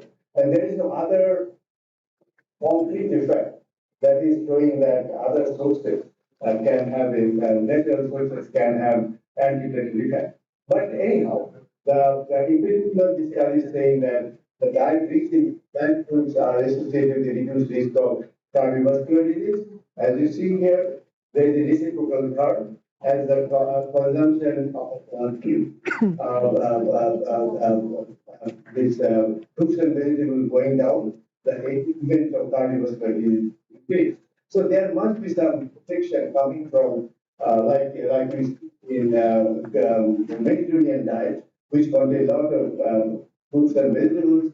There might have some food protective factors that are helping them, or vegetarian, they might be a more disciplined life, they're not smoking or something like that, that can protect it. But what is in there? Because that's our interest. So that time people are interested in on antioxidant with an antidote so that it can increase the inflammation, so that and other antioxidants. A lot of research started. When I'm a hematologist, did my work on platelet long, so I thought, let's try with something that from the fruits improve problem, think of that can be platelet aggregation. So we started with a very simple study. We went to the market and obtained the fruits and different fruits available in the agricultural market, and we make a juice out of it. Juice or peach is very highly acidic, so utilize with pH, and then we make a platelet-rich plasma. We from the volunteers, we first in blood we collected. We collected PRP platelet-rich plasma, and there we added this 10 microliters of this juice, and then it's challenged by ADP. Then we found our control the juice from tomato is 90% effective compared to the other food, but pear and other fruits are still activity. But there is some activity in grapefruit, etc. So we start find out what are the factors that is doing it in places and giving them very effective almost 90%. So we want to go further. Then we found the range that we see there, but with the distribution, only by taking only by collagen, araminic acid, they are all yeah, all related. I think the problem is that we limited by and so this is the first time for the lead sector that something is on anti-clogging effect. It has been very good. It doesn't have or other than anti-clogging effect, but this has anti-clogging effect. In addition to platelet inhibition, increase the ATP collagen outer.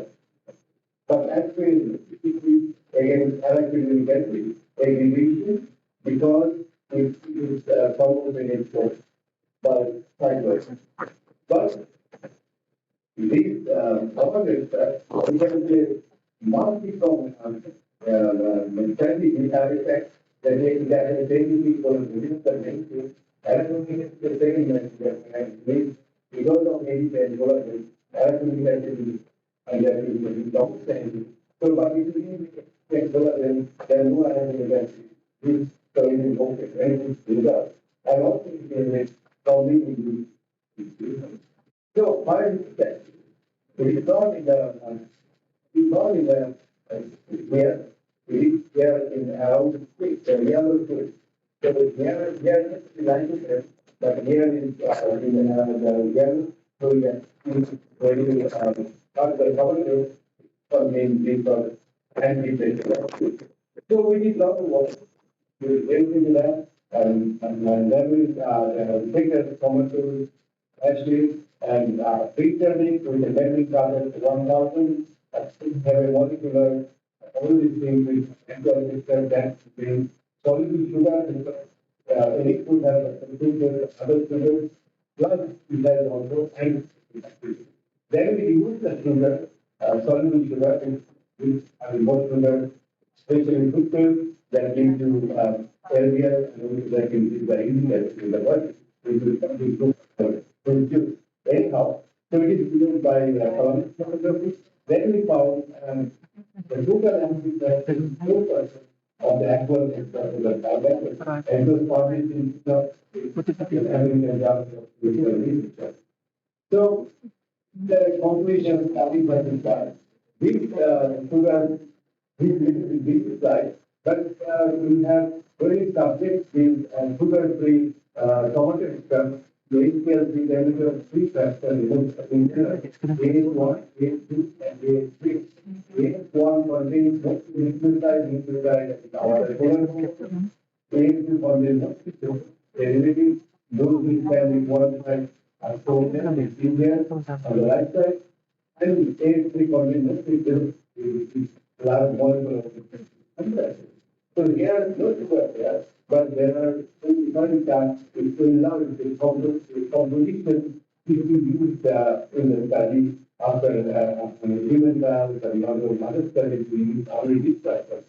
And then there is an if you're interested, A1 contains one, A2, and A3. Then a lot of compounds. I'm going to present you to that. If you're interested, you can look on paper or I can talk about it. So, A1 is that you see there is what is going on. And A3 further can be especially and then be there.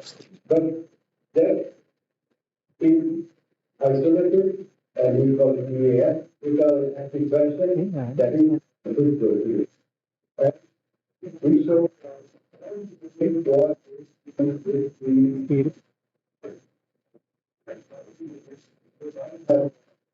and we get activity super data. In this place, we can by mostly and something we get to by all four, but most of the ASP and the polar is there, ADP on the floor. So there is distribution. But then we can go here and put them and get the capture. Isolated from the then we show that we don't really the registration of influences that is any in COVID-19 patients, also hyperactive patients, inflammatory patients, and it's very bad. But this is the registration of influences. So, this is the improvement today. That's something A1, A2, A2 together. Here, then if we can put it under the loan and the link derivative, then from the IDP volatility, AMP, and density, and having the 50%. Then the slowly conjugate, calculated, favorite, and very well, closing is right, side and conjugate is very careful. 8 to 10% of 7 grams are known to including a minimum of 2.4% qualitative, past 75 dose that we call 150 milligram capsules or fruitflow capsules. So, but you can repeat in your publish, we say repeaters, that is everything is there.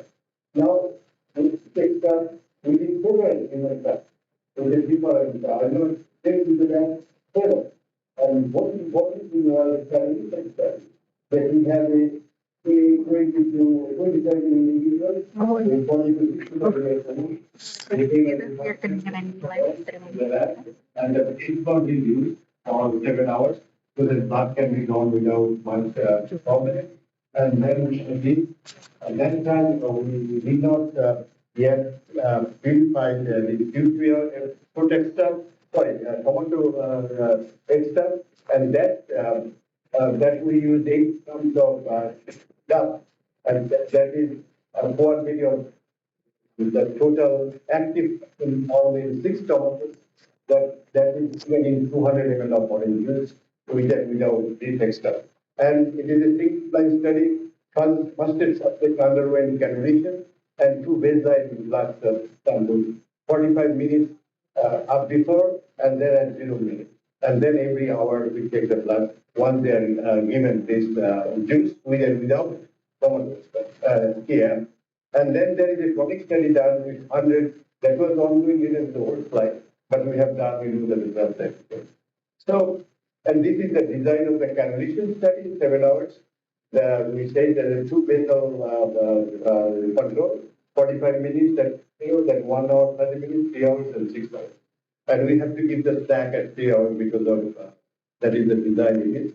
And you see here, signature what you call slide for the tomato extract or Fruitflow. Because you see on the top, it is that is a sham study. There is a change of platelet aggregation response, but those who are given tomato extract and 23 individuals, they have actually reduced platelet aggregation up to 23%. That is the percentage we want to reduce the platelet activation, not 100%. So platelet maintain the physiological activity, not the hyperactivity. So this is the way the design, because if you cannot situation where you make 100% kind of inhibition of platelet aggregation, that will be dangerous, as we see in the aspirin bleeding and other situations. So this is the trial, and that is showing very clearly that the expression of the bioactivity happens even within 1 to 1.5 hours, and it goes on 1.3 up to 24 hours. Later on, we showed it. Here, the result is up to 6 hours. So, the summary of this result, cannulation study, overall tomato extract at 1.5 hours, it changes 7.4% of platelet aggregation. At 3 hours, 20%. At 6 hours, 21%. Control has no effect. The sham orange juice that does not contain tomato extract. And even in 50 ml and 200 ml, the effect is different because of the volume effect. But whatever it is clearly first time showing in the cannulation study that tomato extract, if it is oral given in a juice matrix, it can have an effect even within 1.5 hours. So this is the study, the in vitro ex vivo response. From them, we isolated the PRP and we looked at the impact of control, effect of 2 tomato and 6 tomato worth of extra.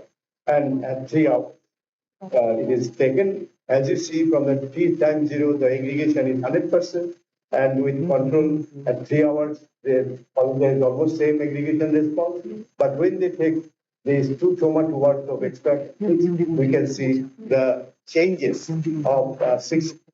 So within 3 hours, the aggregation response of platelet against ADP.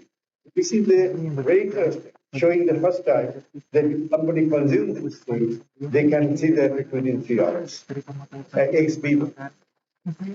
And all studies done, if you summarize that, it does not affect the total clot. That means it does not affect the other, the clotting coagulation custom, but it is affecting only platelet activity.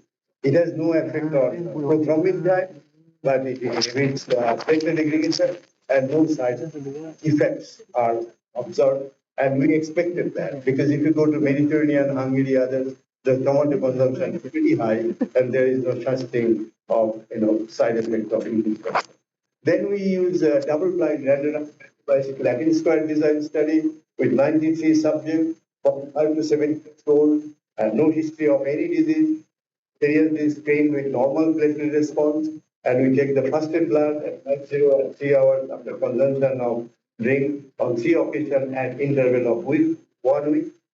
Each visit, a baseline sample was taken, and 3 hours after the randomly assigned supplementary drink with 6 tomato extra worth and 2 tomato equivalent supplementary drink and control, and compare with the baseline.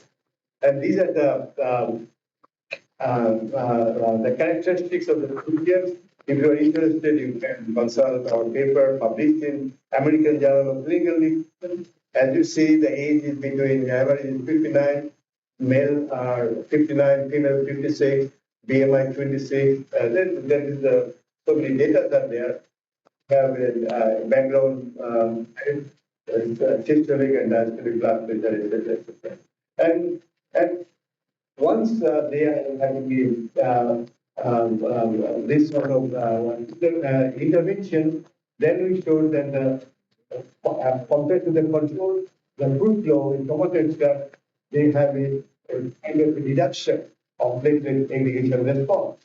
And if you summarize from this, we can easily say that 97% subject responded to at least one ADP or collagen situation. while in aspirin, 70%, 30% don't respond to aspirin. And due to its wider activity profile, because it inhibits polyol-induced segregation, ADP-induced segregation, thrombin-induced segregation, and others, it compares very favorably to aspirin, which is effective in 70% subjects. There are a lot of publications there. And we designed such a way that it gives a 21% decrease in platelet aggregation.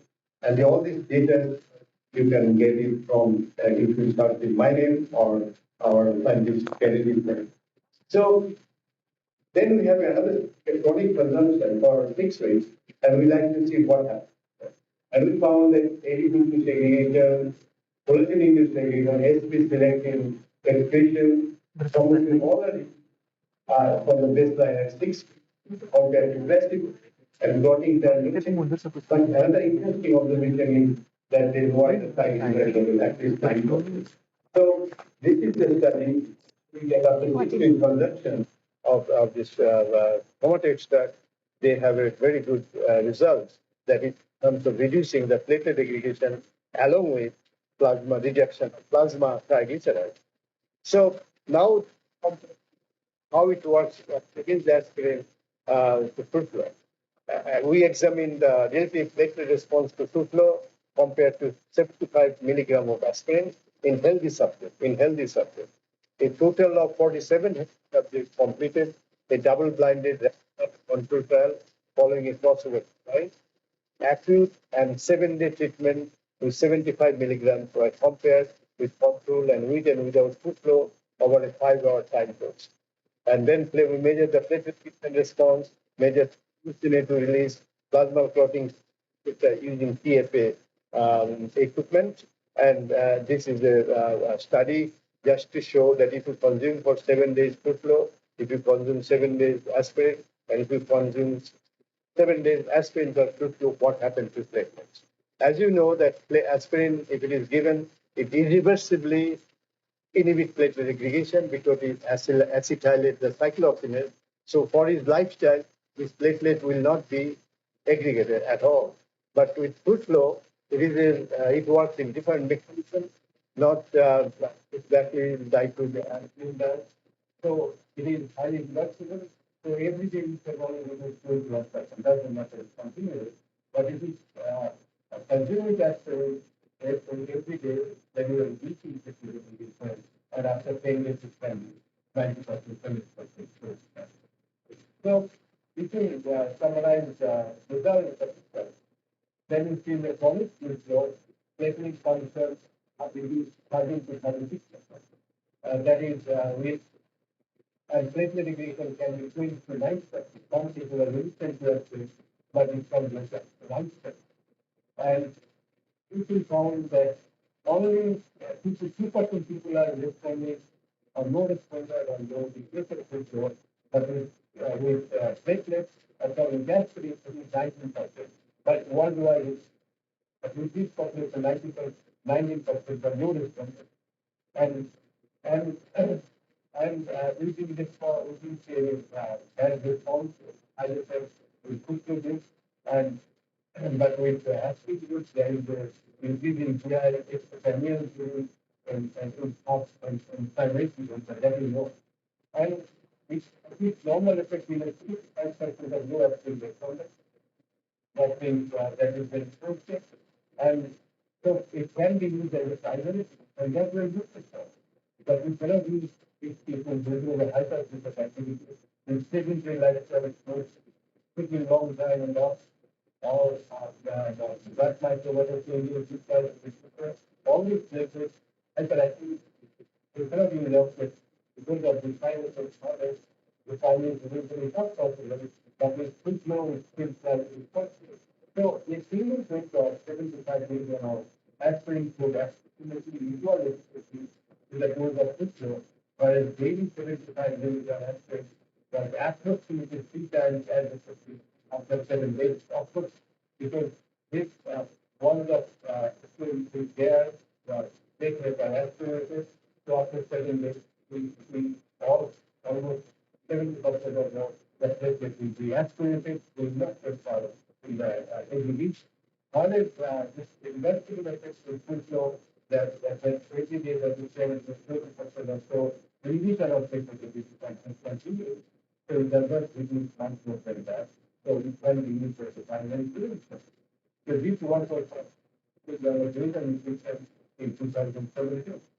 So another thing that we do now know that the gut microbiome is very important when we are born from the mother, we get through our mouth to the gut and we eat it, and that is very important for brain activity, aging, we get. And these bacteria, when you say it, that to gut medication, wrong kinds of diet, less of physical activity, blah, blah, blah, so many things. And these gut microbiome, so these so many good things in our body that we are not. But it is possible some of the gut microbiome, without using quality, but some of the gut microbiome produce tiny calories. From late use or six containing air formation, and etc., these tiny calories, when produced by the gut microbiome, go to the liver, and that's produce tiny calories of fat. This is the most toxin molecule. The most active protein slot will activate the hyperoxy platelets, which is inflammatory response, and infected and increase the blood pressure. A lot of that is going on the house coming body. Yeah, that's much right. So that it can produce this DNA so that it can produce ultimately produce trans amino acids, which is very promoted atherosclerotic processes and platelet hyperactivity and liquid problems and also other inflammatory situations. So, during plasma cytokines, it is known for the pro-oxidation process, is beneficial for cardiovascular infection. And we know that salts like that or some effects are seen in the gut microbiome, favoring the human body. So, interested to see whether polyphenol is done. And we recently talked 1 year back, we got the overweight together and showed that if we give fructose, that changes the plasma, after the top, but this is the damage, another institution, the starting system, that shows that we did consuming fructose was the south material, which is very beneficial in the constitution that I was doing. So one effect, polyphenol prevention, fructose, microbiota, and the system that a lower industrial look, and one of the factors we know of today that is responsible for pressure hyperactivity. But there are several mechanisms studies with how it is affected. So PFA or fructose contains several components. We want to prepare anything, how making the illicit response to process activity. And also, there is a study the consuming the protein. We have done that for genomics, and we show that it lowers the protein membrane responsible for segregation.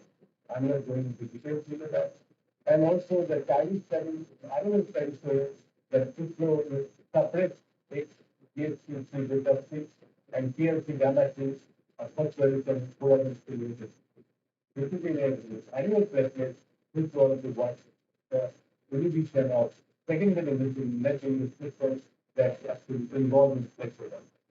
In him, the determinants, they show that's that is completed with platelet hyperactive secondary measuring systems by systems. On the paper, you can clearly complementary medical therapy. And also, human watch placement in future, if somebody is consuming the fructose, that is can go up the taste in the cell, and you see the positive, I will positive cells, and this is when it is OWC, that is water, sorry, the chemical concentration, which is quite interesting, published in the analysis. I think you remember now, the also was that published in lithium, in 2023, it is showing that fructose and is significant.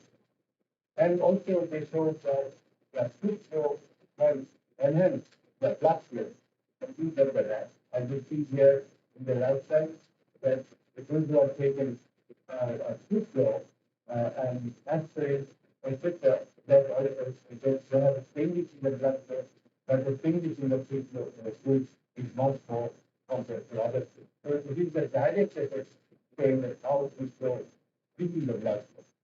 So it should show that in the first measure in scientifically substantial cells that human healthy blood flow by inhibiting the platelet activation. But if we know that there are lots of stages are involved in warnings, and we know that it is 12, I have to say, millimeter mercury, that means that we can solve it at the high risk of so 25% figures. So we were interested to see that whether the sugar free chemicals are future, that is sugar. We use the angiotensin fuel is responsible for high blood pressure, that is produced from angiotensin 1 by activating converting enzyme protein. So we did the direct stimulation study with respect to temperature and with respect to sugar that is pressure. And we have this thing here that castrofil has different inhibition contribution in the angiotensin converting activity. Similarly, this Fruitflow actually have 65 micrograms, also using 65 micrograms. But we didn't expect as capsicum in the blood, and use a very concentrated, only one compound. Again, people for sugar compound, maybe 5 compounds. Dropping on that, we will reduce capsule amount to the angiotensin converting. So we did the 24-hour blood pressure, study in minor medical trial, random double-blind practical control trial involving 12 agencies, PLI 27. We use ambulatory persons for our blood pressure measurement. Placebo versus 155, 150 milligrams. As you see here, compared to placebo, this 150 milligrams placebo, and in 24 hours, weight figure blood pressure from 130 to 170, and quick period blood pressure from 112 to 605 millimeter mercury, 6 blood pressure, and exactly that 80 to 75, and there has been between the in the sleeping period,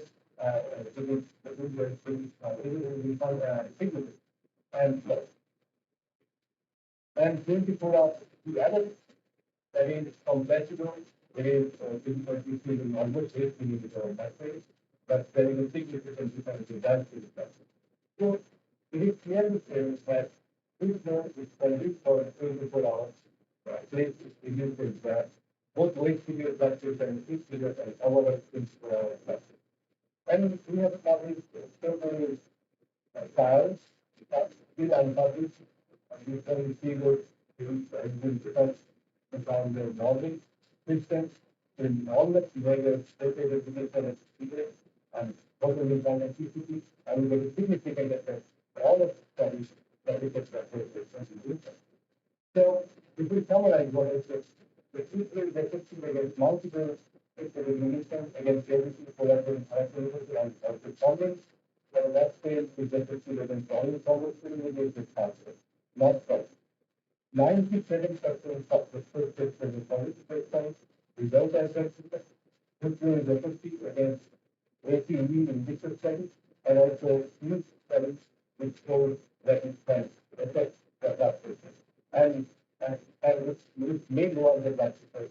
Natural pressure, but important this enzyme also is critical for clearly it can reduce the blood pressure. And Fruitflow also lower the that the CBD factor involving pressure and oxidation of lipid and membrane, and also is involved in the process. And it does it through microbiota modulation. Several people are in my journal for 1997 to 2006, and he published work on 35 publications instead of patents. And these are the people involved time to time in my lab on 90% this way. And the contribution is fantastic, and I recognize their work. Thank you very much for listening.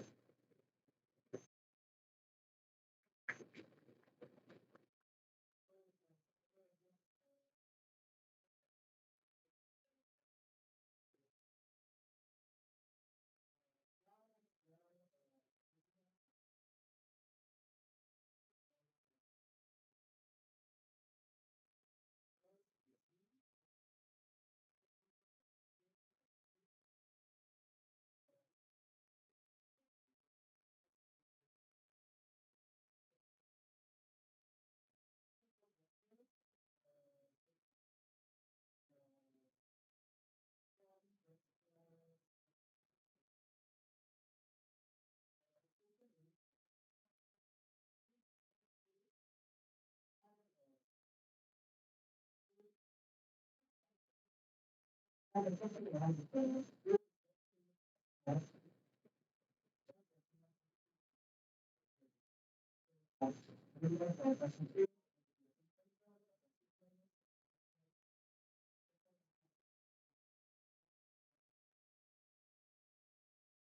couldn't hear what you were saying. What did you say?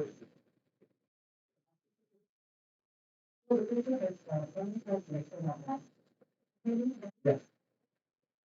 Hello? Now? Yeah, it's not very clear, but you please repeat it again. Okay. With a simple sound so Yes. that I can. Yeah. The first question is coming from Dr. Ratna. The question is the grapeseed has a good impact for the heart health? And then Grapeseed. Okay. Yep. Grapeseed. Yeah. Yeah. Grapeseed. So you're talking about the grapeseed, what is good for heart health, right? Yes, correct. Yeah. Yeah, I didn't put the grapeseed data there. We didn't do any work on grapeseed, but I have checked the grapeseed. There are a lot of not but there are publications showing its polyphenols can inhibit platelet aggregation. It has also some antioxidant effect. So I expect the addition of a grapefruit seed extract will have been beneficial and enhancing the tomato effect of. Okay, thanks, Prof. Asim. And then there is a further question related to the grapeseed extract. Is the grapeseed extract synergistic with the Fruitflow? Yeah, we don't have a data on that, but we expect that because it contains also polyphenols, as we have, which we have seen this in tomato stuff. It has other effect, adenosine, etc. So we believe that it will be beneficial because Fruitflow being used in a combination with resveratrol, etc. These are polyphenols. So I don't see any negative impact on that. It should be resonant and it is expected to increase the efficiency of the absorption of more absorption of polyphenols and both the Fruitflow and also present in seed extract being together and in similar nature. So I expect kind of resonance. But I personally have no data, human data on that with the combination of Fruitflow and seed extract. Okay. Yeah. Thank you, Prof. Asim. I believe that Dr. Rana's question has been addressed by Prof. Asim. And then we move to the second question from Dr. Rina. The question is, which part of the tomato extract is the Fruitflow found in? What part of the tomato extract is part of? Is the Fruitflow found in? I believe that in your presentation, yeah, you mentioned at the rib, yeah. I showed you that the Fruitflow extract present in the red, yellow around the seed. We remove the seed, we remove the flesh, everything. That is the thing we use for preparation of Fruitflow after so many processes and removal of the sugar, etc., etc. So it is in the fluid part of the tomato that contains it extract. And then we did, after removal of the sugar, etc., only the polyphenols, adenosines, or acylated polyphenols there in the extract, which are effective against platelet aggregation induced by any of the agents we know, like ATP, collagen, thrombin, arachidine. Okay, thanks, Prof. Asim. And then we move to another question. Please raise your hand. Yeah, please. Please mention your name and your role, doctor. Yeah, thank you. My name is Rizvi. Thank you for this chance. Hello, sir. First of all, I would like to ask you about, this is probably a technical application. Is it possible to get the flow from the tomatoes alone? Because sometimes if we recommend certain supplements, the patient will tend to judge. Can you repeat the question? Is it possible to get the fruit flow from eating tomatoes alone? Oh no, because of several reasons. because one thing that concentrated part that is responsible for the fact that you're looking at it, but if you eat whole tomato, that may have this absorption problems of these polyphenols or nucleosides. They must be together and one helping another that you see in any functional food study. That sort of thing will not be there. And also, we have shown that in order to have a warm capsule effect, we need to drink 2 or 3 bowls of tomato soup, which is practically maintain everything almost impossible. So I think using concentration in pure production for the anti-platelet activity and transmission lowering activity. It is in the extract in the capsule form is most effective, then it is bowls of tomato soup or tomato. Oh, yang di. Some patients for a certain supplement, they are trying to dodge the bullets like, it's broccoli or tomato. Thank you for your explanation, so we can explain also to the patient. My second is, another question. Yes, can. Yeah, please. Okay.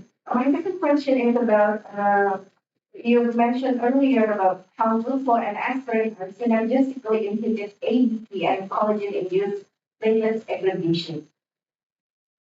So your question is how ADP and collagen? No, I mean, regarding giving a supplementation with patients who have been given aspirin, will there be a tapering of the aspirin dose? Okay. Because I think, in my opinion, because aspirin works as a irreversible aggregating agent of platelets by acidating oxygen. So those platelets actually will after taking these has no response in terms of aggregation by other agents because they're inactivated.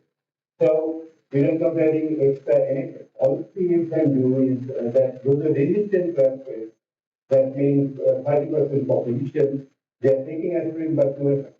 So these people will be benefited by taking this tomato soup extract or Fruitflow because their platelets are not inactivated by aspirin.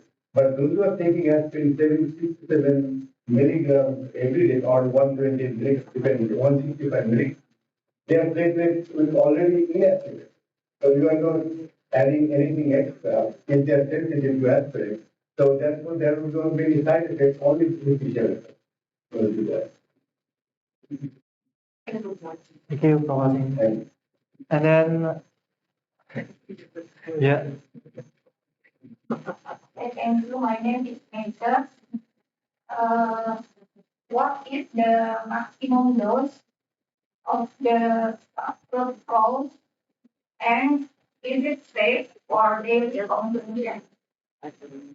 Yeah, at the moment we are using 150 milligrams that contains 65 milligrams of tomato extract and other 65 is the Pilar risotto. And that is safe we use 25. Udah berapa totalnya? 4 orang itu.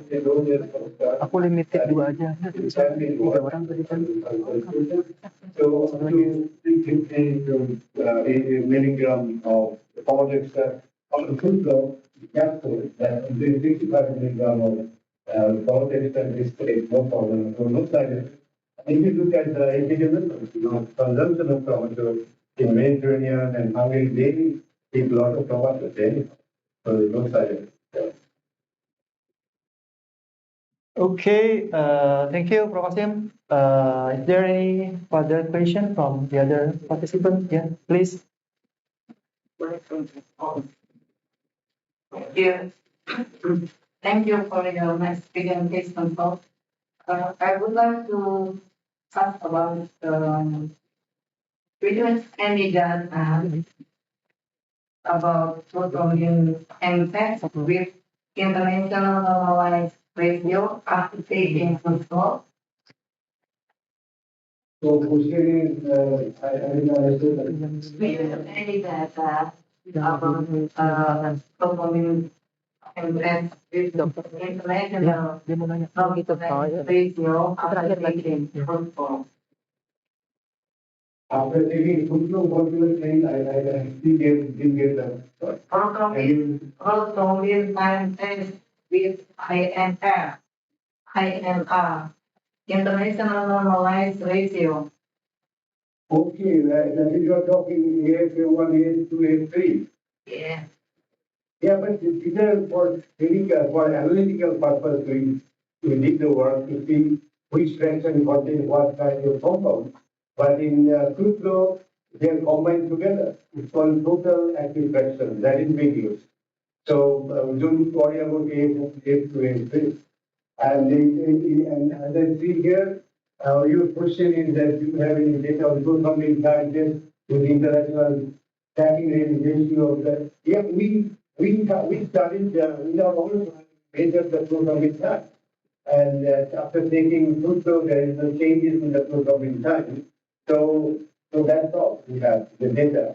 So we don't have any problem with that. I mean, because Fruitflow doesn't work on the 12 custom, only places. So we don't expect that it will affect the, INR. So it does not. So we don't need to think about it. So that it is only affecting platelet aggregation cost. Thank you very much. Okay, maybe this is the last question from.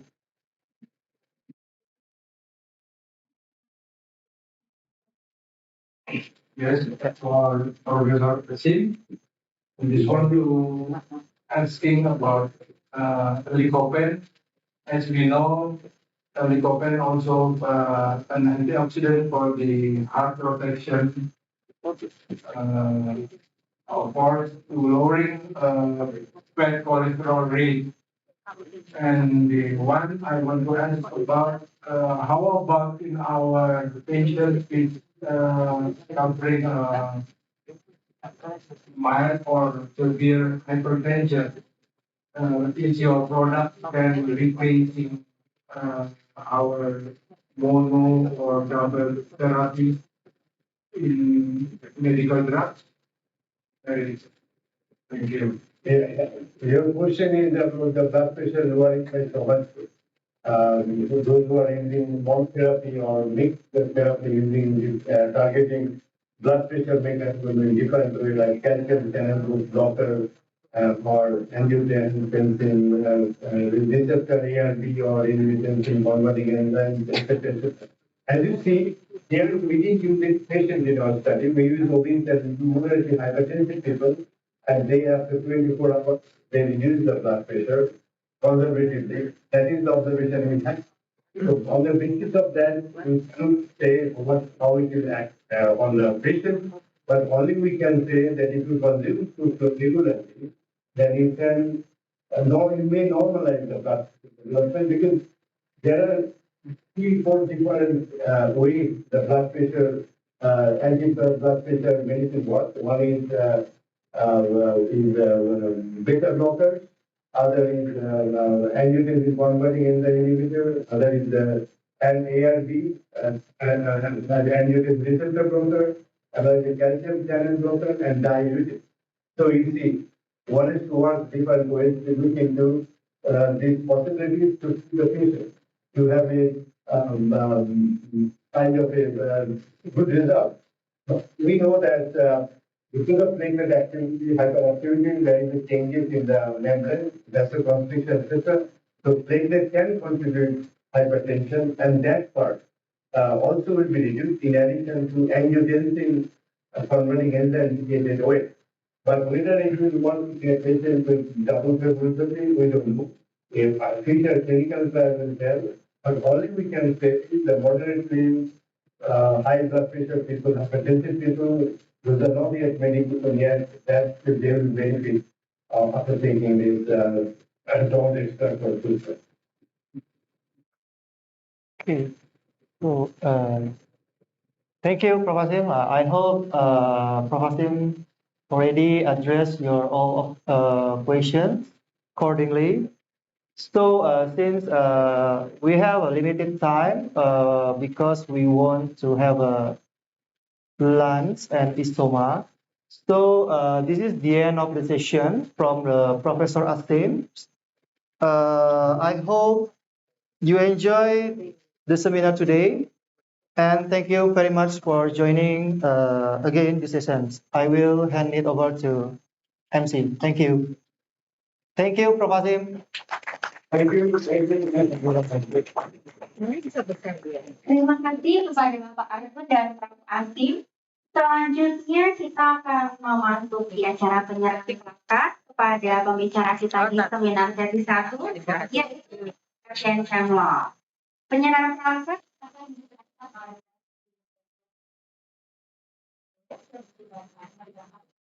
kepada Mr. Sam dan Bapak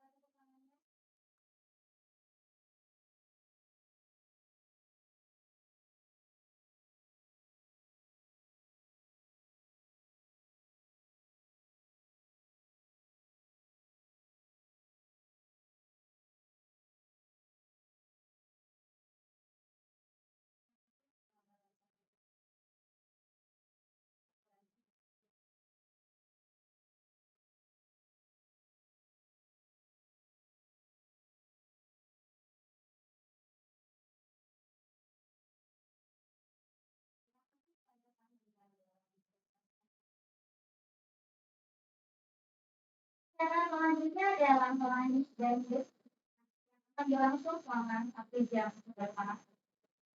Pada tahun 2020,